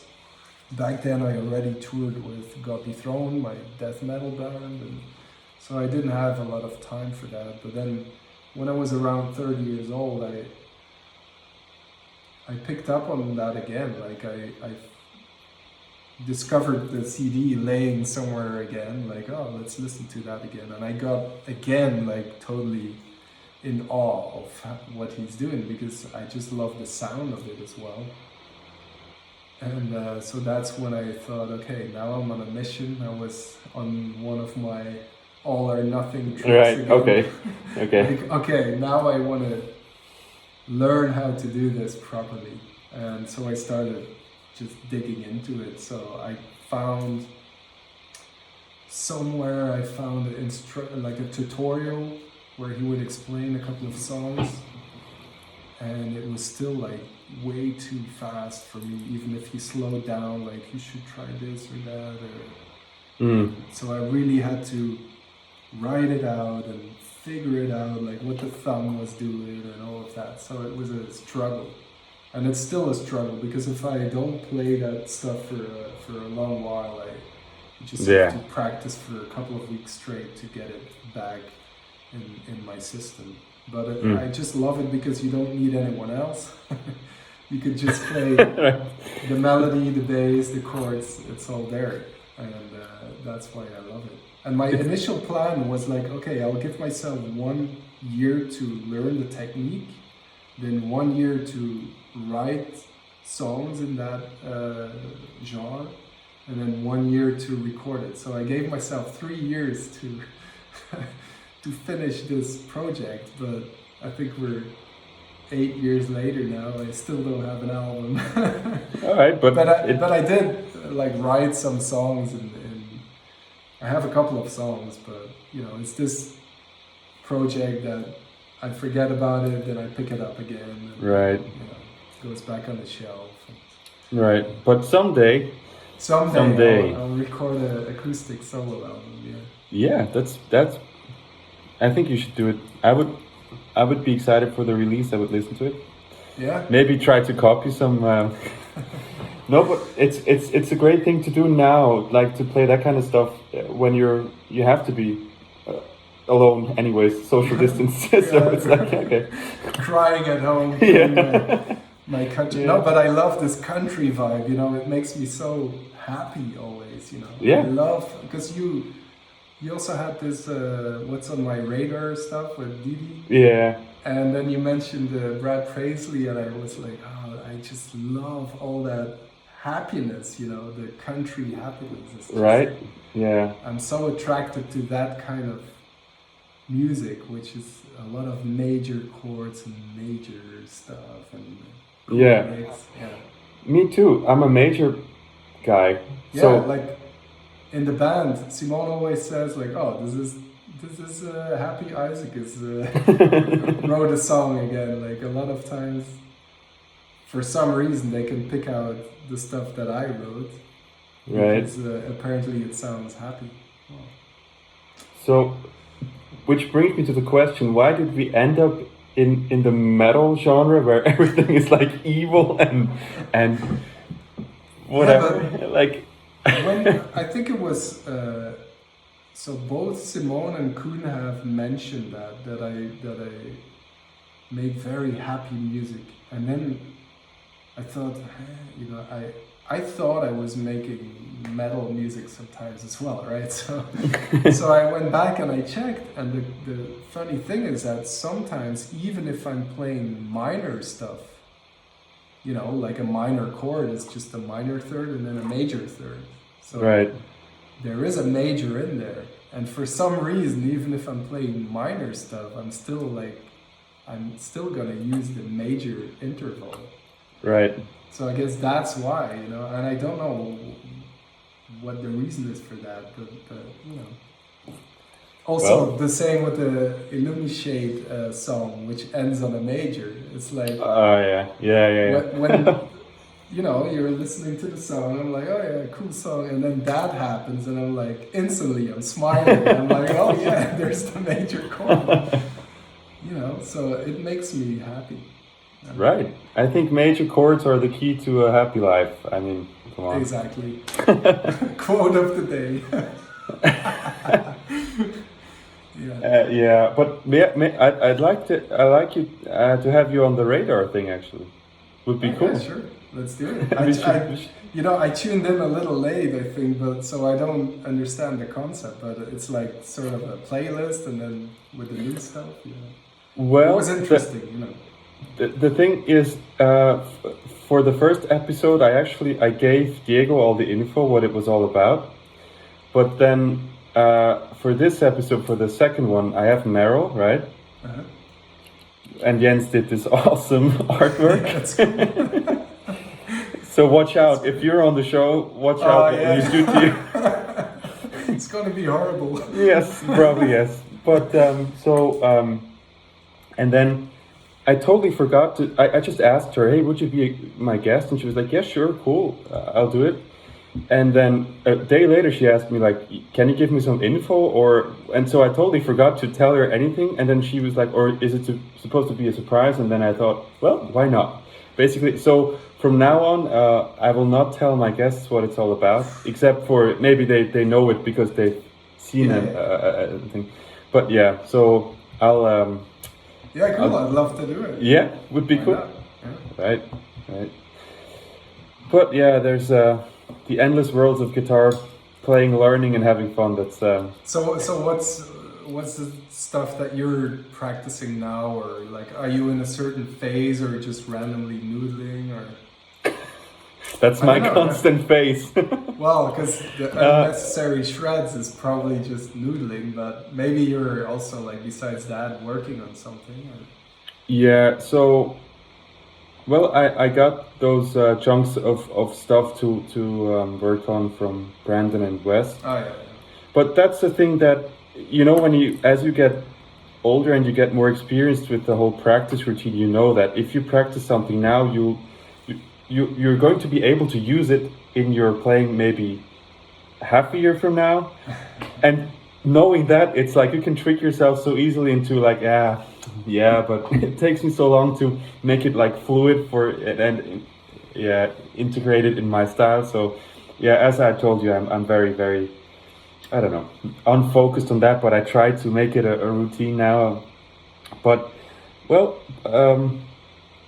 maybe a week or 2 weeks ago, I finished recording for Eluveitie, and of course there's tons of solos, which I thought now is the time to and of course I worked a lot on those and those riffs, and basically really late into even the process of mixing, I was still recording from home, so I took home my amps and the aux box and to have the best sound I could get like at home. And there came the day when it was time to record the last solo, which is a song that is very dear to me because it's basically written by Fabi. It's not out yet. Of course it's not one of the singles we released. And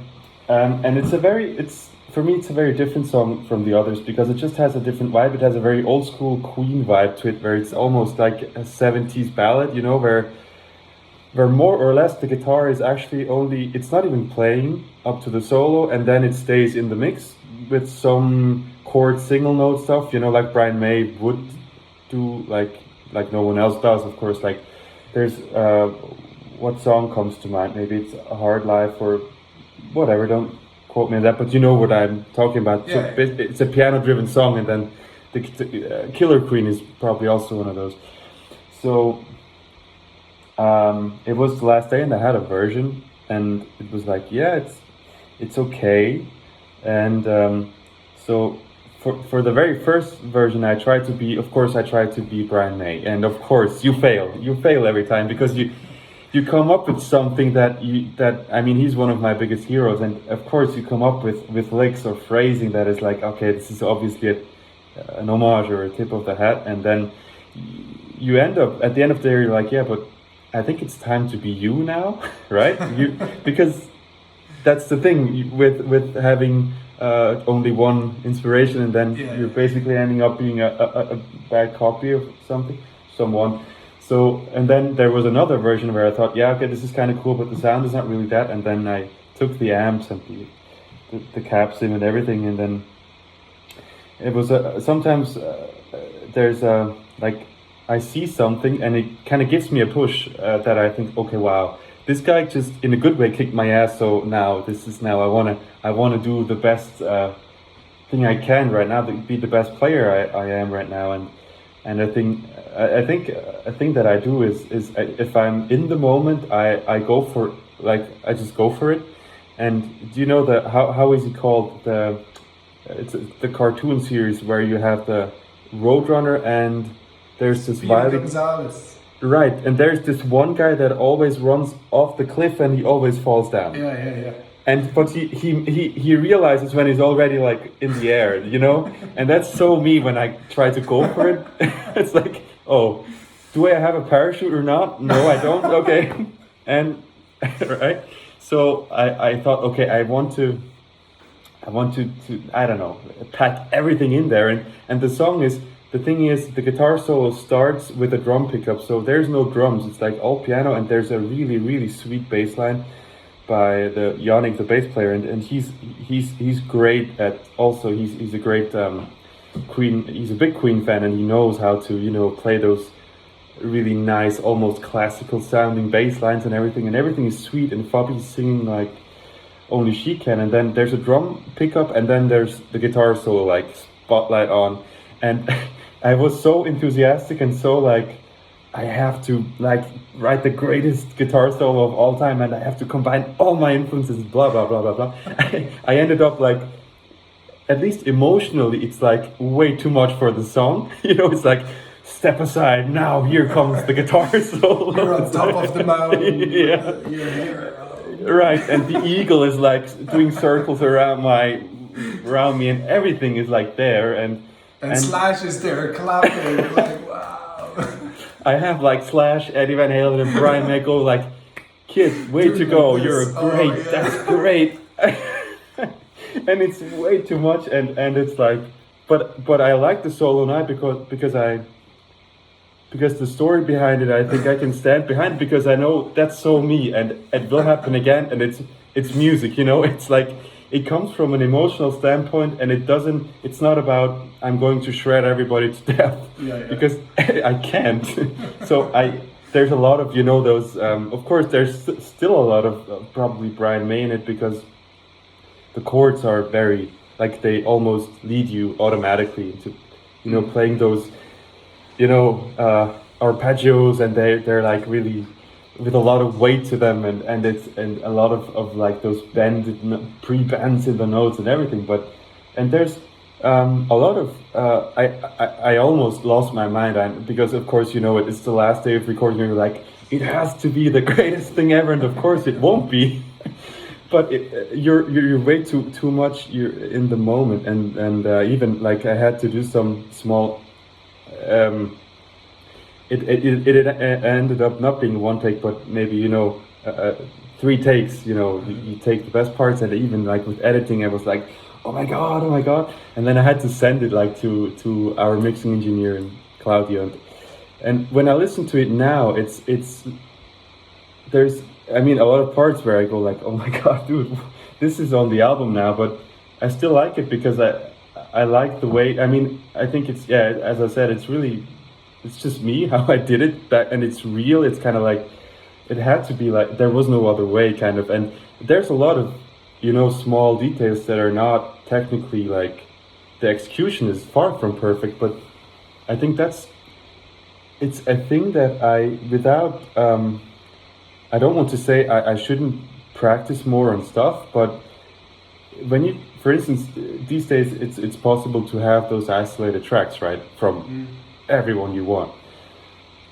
So recently I listened to what was it? I think the Van Halen isolated guitar track, Hub for Teacher or something, and also Brian May, and you listen, if you listen to them, it's like nothing's technically perfect at all. But if you listen to that take, you can hear like the energy it's almost bursting your speakers, because it's like he was so in the zone. Yeah.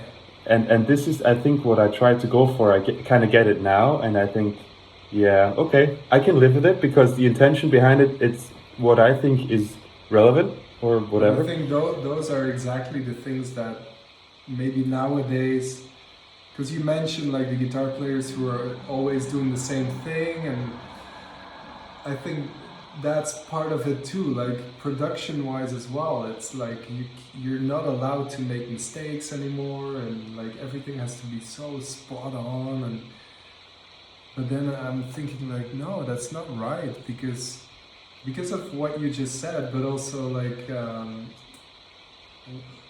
I can't recall the name of the song, but I remember there was this Arch Enemy solo years ago, and it starts with a bend, and then there's this big bend, and then it goes on the first beat, and it's Michael Abbott doing this, and he's like just a little too late starting on that first beat, but I love it. It's like that makes it even more perfect. Like it's not spot on. Right. And that's what I sometimes miss about the studio. I mean, it's not a big surprise to people. I've said it many times that to me a studio environment is not, I don't like it that much because of that, right. you know? Like, right. Right. It needs to be perfect and spot on, and you need to do it 10 million times again, whereas the previous 9 million times you thought it was okay, you know. It's horrible. It's the horror, yeah. And then eventually, because I know already, like, we put all this work and effort in it, and I'm sure it's gonna sound great, but maybe some of the little details you were fighting about or like arguing about, if you hear the final mix, you won't even know it's there. Right. You know? So, Absolutely. and to me, that is still like a struggle. And Yeah. again, it all comes down to the same thing I mentioned before. Like, I like the plug and play attitudes. To me, like, that's why I do what I'm doing. I love the live show. You got one shot, and if you fuck up, well, you can do it again tomorrow. But, Right. Absolutely. Absolutely. But other guitar players or musicians in general, they love the studio environment way more. And they don't like the live shows. And so, I mean, it's just the way I like it. So that's why I don't like this recording process. Right. And of course, you want it to be as perfect as possible. But then again, what's perfect? Like, exactly, yeah. Because sometimes the mistake, and it's the same thing like what I said concerning technique. If you can't play a certain phrase and with that particular technique, but you can play the exact same phrase with a different fingering or a different technique, what's the point in trying to figure out that technique and practicing for the next 5 years to play it like artist X, right? Yeah, so absolutely. Never got that. It's about making music and, like, you know, having fun. Absolutely. That's I mean, when I see that there's a new kind of new breed of players, or maybe I think it's kind of like, maybe it could be defining for that generation of players, where you have a lot of those players that are obviously they're used to recording, they're used to doing social media stuff, and they, I think a lot of them work by composing stuff on the MIDI keyboard, and then they're learning it. And it's so crazy complicated, and sometimes I look at it and I'm like, okay, for one bar I would need a year to just trying to play it, and it's crazy impressive, but it's far away from what I would but what that's I would the thing. want. I think both of us are more like the old school. Give us a blues lick and we're happy, right? And, right. And that's such a different world from the guys who are doing, like, I don't know, like the sweep picking shred stuff. I've never really been interested in guitar like that. And it's impressive, and don't get me wrong, like, I sometimes wish I could do it. Right. But I've heard a lot of times that these guys sometimes tell me, like, oh man, that solo you did on this or that song is like, how the hell do you do that? And I'm like, well, what? You ask me? Like, you shred like a maniac, and you're asking me? But that just shows me that, like, everyone has a different taste, and I like the melody a lot, and other people like the technique a lot. And right. In the most ideal world, you have a good blend of both. Right. Absolutely. And that's, I guess, an everyday struggle. Right. For me, it is. it is, but it's a fun struggle. So that's the good part. Yeah. There's recently I've seen this. It's like a film about a recording process of a Slash album, and when I see that, I'm like, wow, okay, this is they don't even track DI. They're just, okay, this is my Marshall.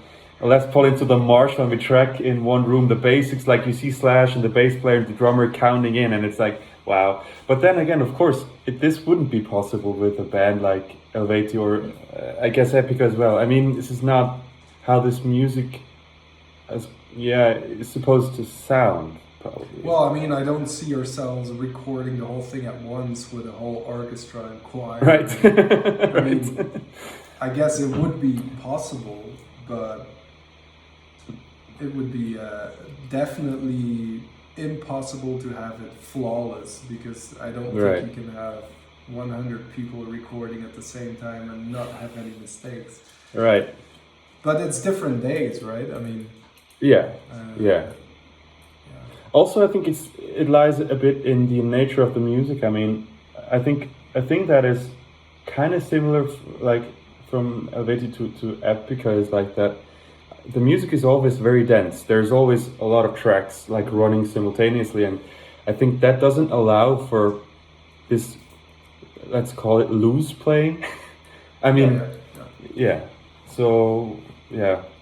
And then I don't know if you do that as well, but for every album, the last couple of albums, we've recorded acoustic tracks. So you have the album, and then we have a bonus album with, let's say, 4 or 5 remakes of album songs, but then in an acoustic setting.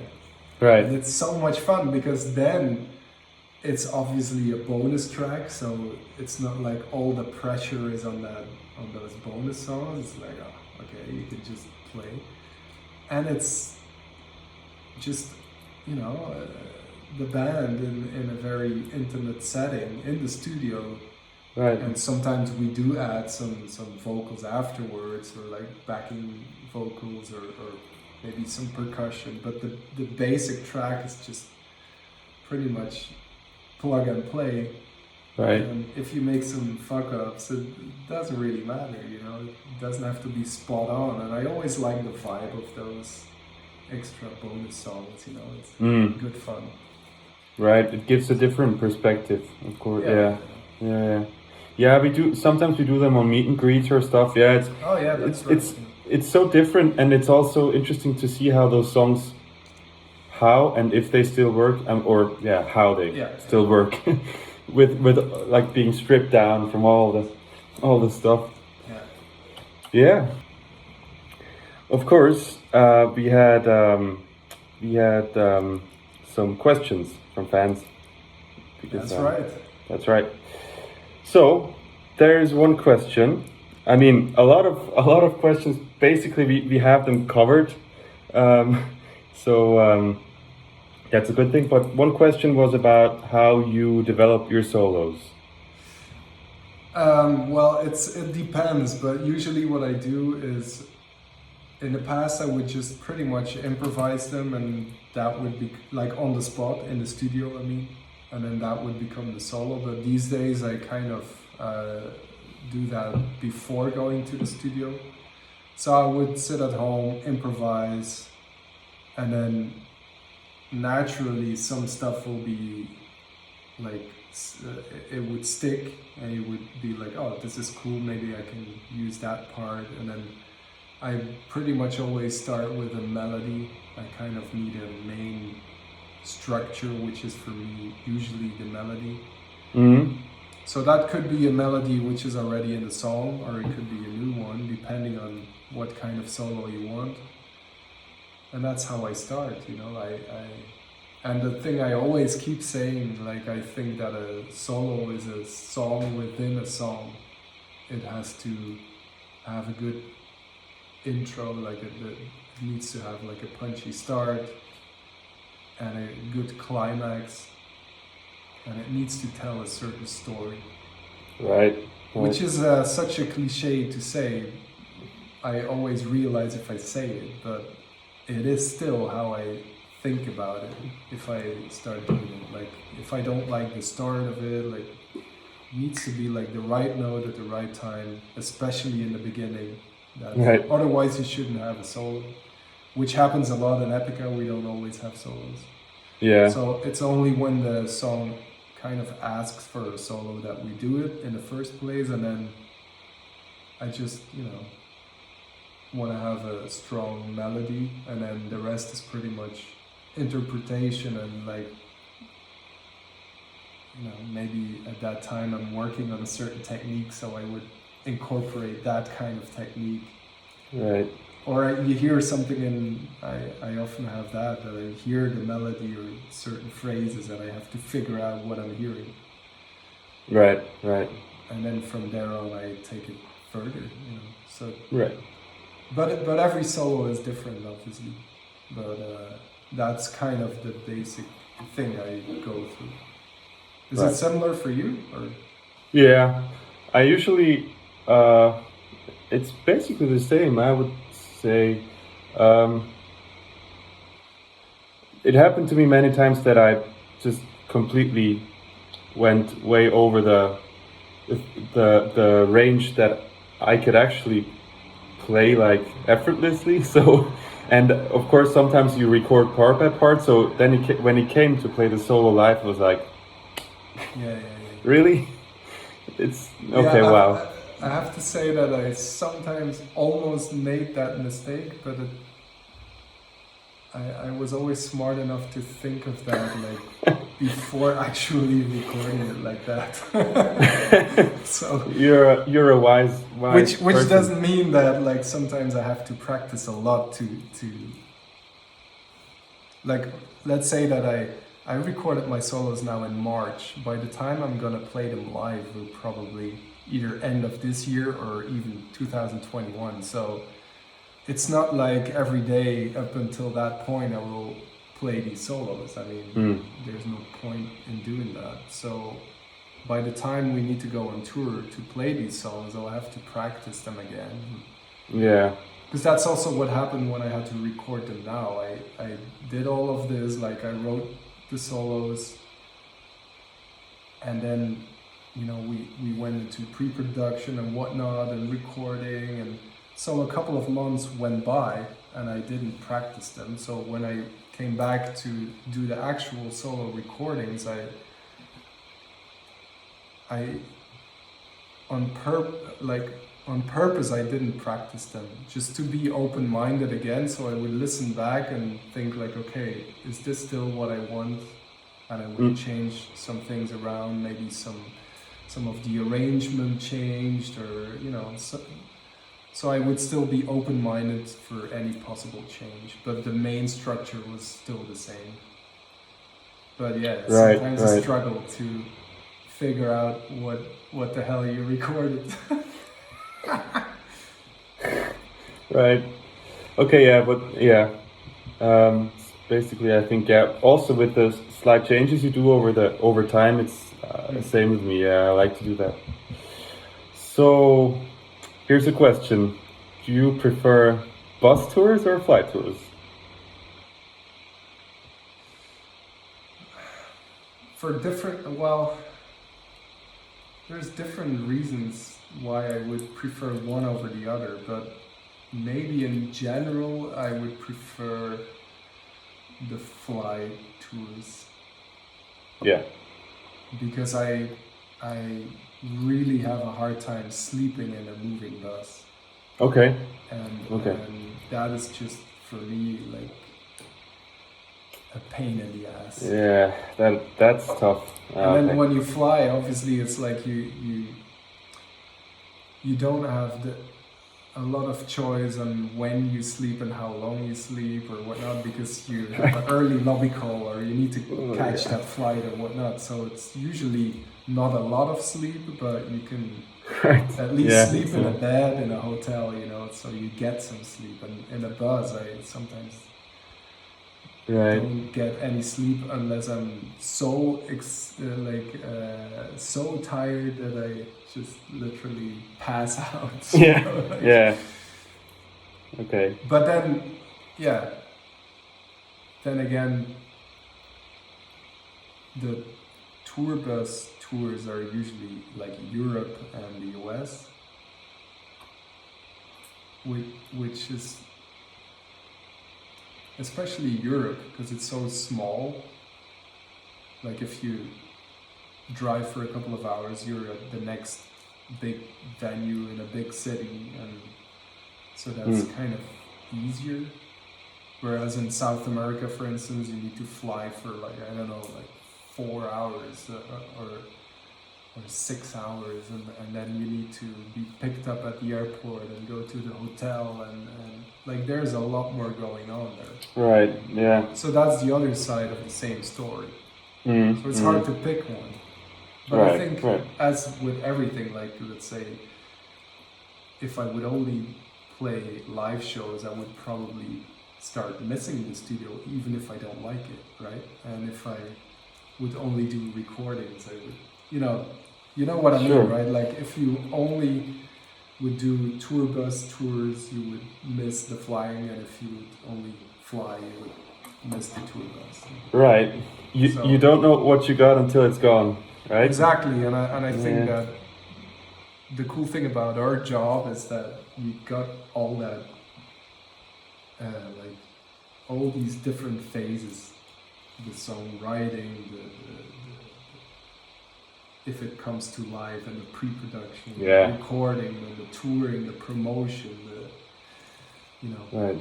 all these, the same with a club show, and then going to a festival. That it's a different vibe, and I think just the difference between all of that is just very interesting, and it keeps it like fresh every time again. Also, if you Right. have a new album, you can do the same thing, but it's with different music and maybe different new fans or whatever. So I like that change, that constant change. Right. Right. Okay. So, what's the story with that Gibson? Because apparently it seems to be a rare thing, like a Les Paul, like that The seven string. Yeah. Well, I've always been like growing up listening to Guns N' Roses. I've always liked Gibson Les Paul. Also, just the look of it, you know. I just love that look. And starting to play in Epica, I needed a 7-string, and because before that I played 6 strings tuned down to B. Mm. But then with Epica, I needed that high E string. And so I needed a 7-string. That was the first time I started playing 7 strings. And so I went for Ibanez. I have this, let me see, this shape, which is Yeah, I very remember. similar to the Les Paul shape. And that's basically the reason I picked that one, because it looked like a Les Paul. But then I found out that Gibson actually started to produce 7 strings in a Les Paul model. And that's when I knocked on their Nice. door. Cool. Okay. And they said, okay, let's do it. And so, and I didn't regret any of that, you know, like it's a great guitar, and the Ibanez was also cool, but this is like the one I really wanted. I remember doing a promotional video for Ibanez way back when they were promoting that Darkstone. And all I could say is like, well, yeah, it kind of looks like a Les Paul, it kind of feels, the neck is similar to a Les Paul, and so I had to redo the whole thing. And they said, well, yeah, it's a great interview, but you can't mention this. So Uh-oh. so I just redid the whole thing, and I had to say like, well, yeah, I like the shape, and yeah, I like the neck. It's pretty thick, you know. So it was kind of awkward, but yeah. So now I can just say it feels like a Les Paul, and that's fine. Yeah. Okay. Cool. Very cool. And of each color, they only made 100. So maybe Wow. that's what you refer to as being the story of the Gibson, but it's I think they have black ones, and then the cherry burst and tobacco burst, and each of them are limited to 100. Nice. So this one is a tobacco behind you? That's the tobacco, and then I have the cherry burst as well in that flat case right there. And I still need to get the black one. I haven't asked yet. Okay, cool.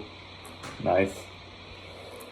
So maybe a last question: do you do anything to keep your body moving during these days? Like anything special, like a routine or exercise or? Well, I used to work out like again in phases, all or nothing. So I would have these bursts of maybe 2 months where I would do some stuff like daily and really exhaust myself, which was great. But then because of, I think, excessive head banging over the years, I got like a quadruple herniated disc in my neck, which resulted in that I shouldn't do that excessive headbanging anymore. But also when I started working out after that, it's something that I still feel very, like if I work out, I start feeling it in my neck. So I'm still kind of scared to do that. But I'm working on my driveway now. So I already, years ago, we have a new house here and we built it pretty much ourselves. And years ago I already did cobblestones on the first couple of meters of the driveway, but now I need to do it like for the next 15 meters. So wow, it's not the big cobblestone, I will do the smaller ones. But that's like the next project and that keeps me moving. Right, that's hard work. Yeah, so that's also one of these things, like if you do that and then you pick up a guitar, if you've been like working outside and doing stuff like that, the fingers feel very sore and it's not that easy to switch between doing that and playing guitar in a very sophisticated way. So right. So then I know, okay, the next couple of weeks I won't have any Instagram solos with very light speed solos. That's not going to happen probably. No more Ingwe. No more Ingwe, but then when the driveway is done, then I can go back and practice again. So that's right. So you'll know when I'm done with the driveway. Right, when I see solos emerging on Instagram. Right, cool. So what about you? What do you do? Are you working out? Well, it's a second try for me, but I like to go running. And, well, you know those outdoor gym places where you can do some... I like to do that, but I gave it another shot. There's one app that, I mean, it's an app and whatever, but it's called Freeletics. And it's kind of tough, and it focuses on body weight stuff, so you don't have to use it. And what I like about it. It's like you can have this coach thing where you get like custom exercises put together for you, and it's you can do it like at home. I don't need anything. I can it's like it's not, you don't have to go anywhere, and which, by the way, now everything is closed, of course, but still, you don't have to go there. You can do it just at home, and then you can go straight back to whatever you were doing. So I do that now, and so far I've been keeping it up for like, I think longer now than I used to do it when I did it like a year ago, and then along the way it died out, but I kind of like it, and I like to combine it with running, so because then I can listen to all the cool music, and I always play air guitar when I'm running, and I think people that see me are like, okay, oh, really? Look away, child. But I used to do something similar, like when I was doing workouts, it was also mainly body weight stuff. And, like I did something which was called 6 week 6-pack. So it was only 6 weeks, but it was like 6 days out of 7. And that was really helping a lot, But, I'm getting old and gray and... No, that's a different story, but... No, but I think with our motto that is always preserve that part that's a happy kid, we stay younger a lot longer. Oh, well, thank you. Thank you know, I feel way better now. right? At least at heart, you know, it's Yeah, it's hard. Yeah. that helps a lot, I think. It does. So yeah, I think to come to conclusion, I want to add something in here. So because I had not only on the Eluveitie pages, but also on different spaces, I had people ask about, you know, there was this College of Metal thing you are doing, and is it? Did I miss it? And I was like, okay, no, I owe an apology to you and everyone else out there. So yeah, because a year ago we announced it, and so Is it a year? yeah. Really? Wow. Because we were talking on Skype and I just saw it, like the conversations, it's a year. So, as you know, before the lockdown, I was scheduling it with Jens, and now I started, because I can actually send it to you. I started... Really? Wait, let me finish the sentence. No, I started doing playthroughs. I had to learn how to do everything by myself for Eluveitie, because I also had to do one song, and now I can send you the product. I can look out for your approval, and I'm basically ready to do it all on my own now. Awesome. I've got the camera, the light box. I've got the different angles worked out, and it's cool. I've worked around. I can work around Premiere pretty much, like the basics. So I think I'm ready to do it, and it will be available ASAP.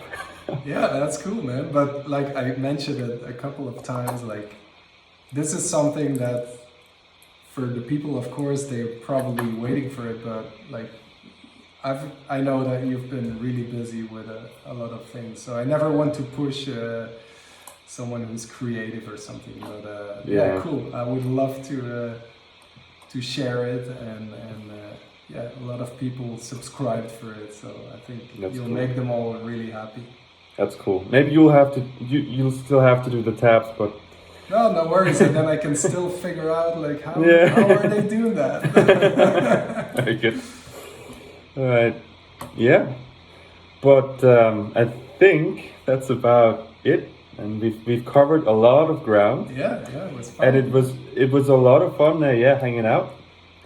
But still, I hope to see you in person soon enough, at least. Yeah, usually if you talk to musicians, the normal phrase when you hear something like that is, well, yeah, next festival season. But in this case, not this time. Not this time. So yeah, but I hope things work out for you guys. And same for you. Last time we met, it was at Tricks, right? Yeah. That was a really nice bottle of red wine, actually. It is, yeah. I think it was mainly a present for Kriegel, but well. No, it was for the whole band. But okay, good. I mentioned when I gave it to him, I said like, well, if you're smart, you'll hide it for everyone because it's really good wine. But you actually wrote that on the thing, right? I remember reading something like that, or you put a card there or something. I just remember seeing your handwriting and something like that. Like yeah, it was more like reading something. Thanks for having me because you put me on the guest list. Thank you for that. And then thanks for having me. I hope you enjoy this wine because it's my favorite. Yeah. It was really, really good. I still remember. So next time I'll bring another one. Yes, cool. To make up for all this crazy shit. All right, looking forward to that, and I'm looking forward to seeing more covers, more solos, and okay. And yeah, maybe we can make it work for you to be a guest on the release. Show me your radar thing. Cool, yeah. And you have my number, so. Right? Actually, I don't. You don't? No, we're always talking on Instagram, on Skype. I'll send you my number. Okay, finally. But then, yeah, sure. Whatever you want, I'll do it. Cool. All right, so I don't know. I hope you keep busy and stay safe, and stay happy and stay a kid, right? I'll go and shovel shit and then work on the driveway. Very good. I'll do some freeletics now, so yeah. Cool. Okay. I'll see all your crazy stories on Instagram. Right. All right. Thanks for having me. And, sure. Take care. Yeah, you too, and see you soon. Bye. All right. Bye-bye.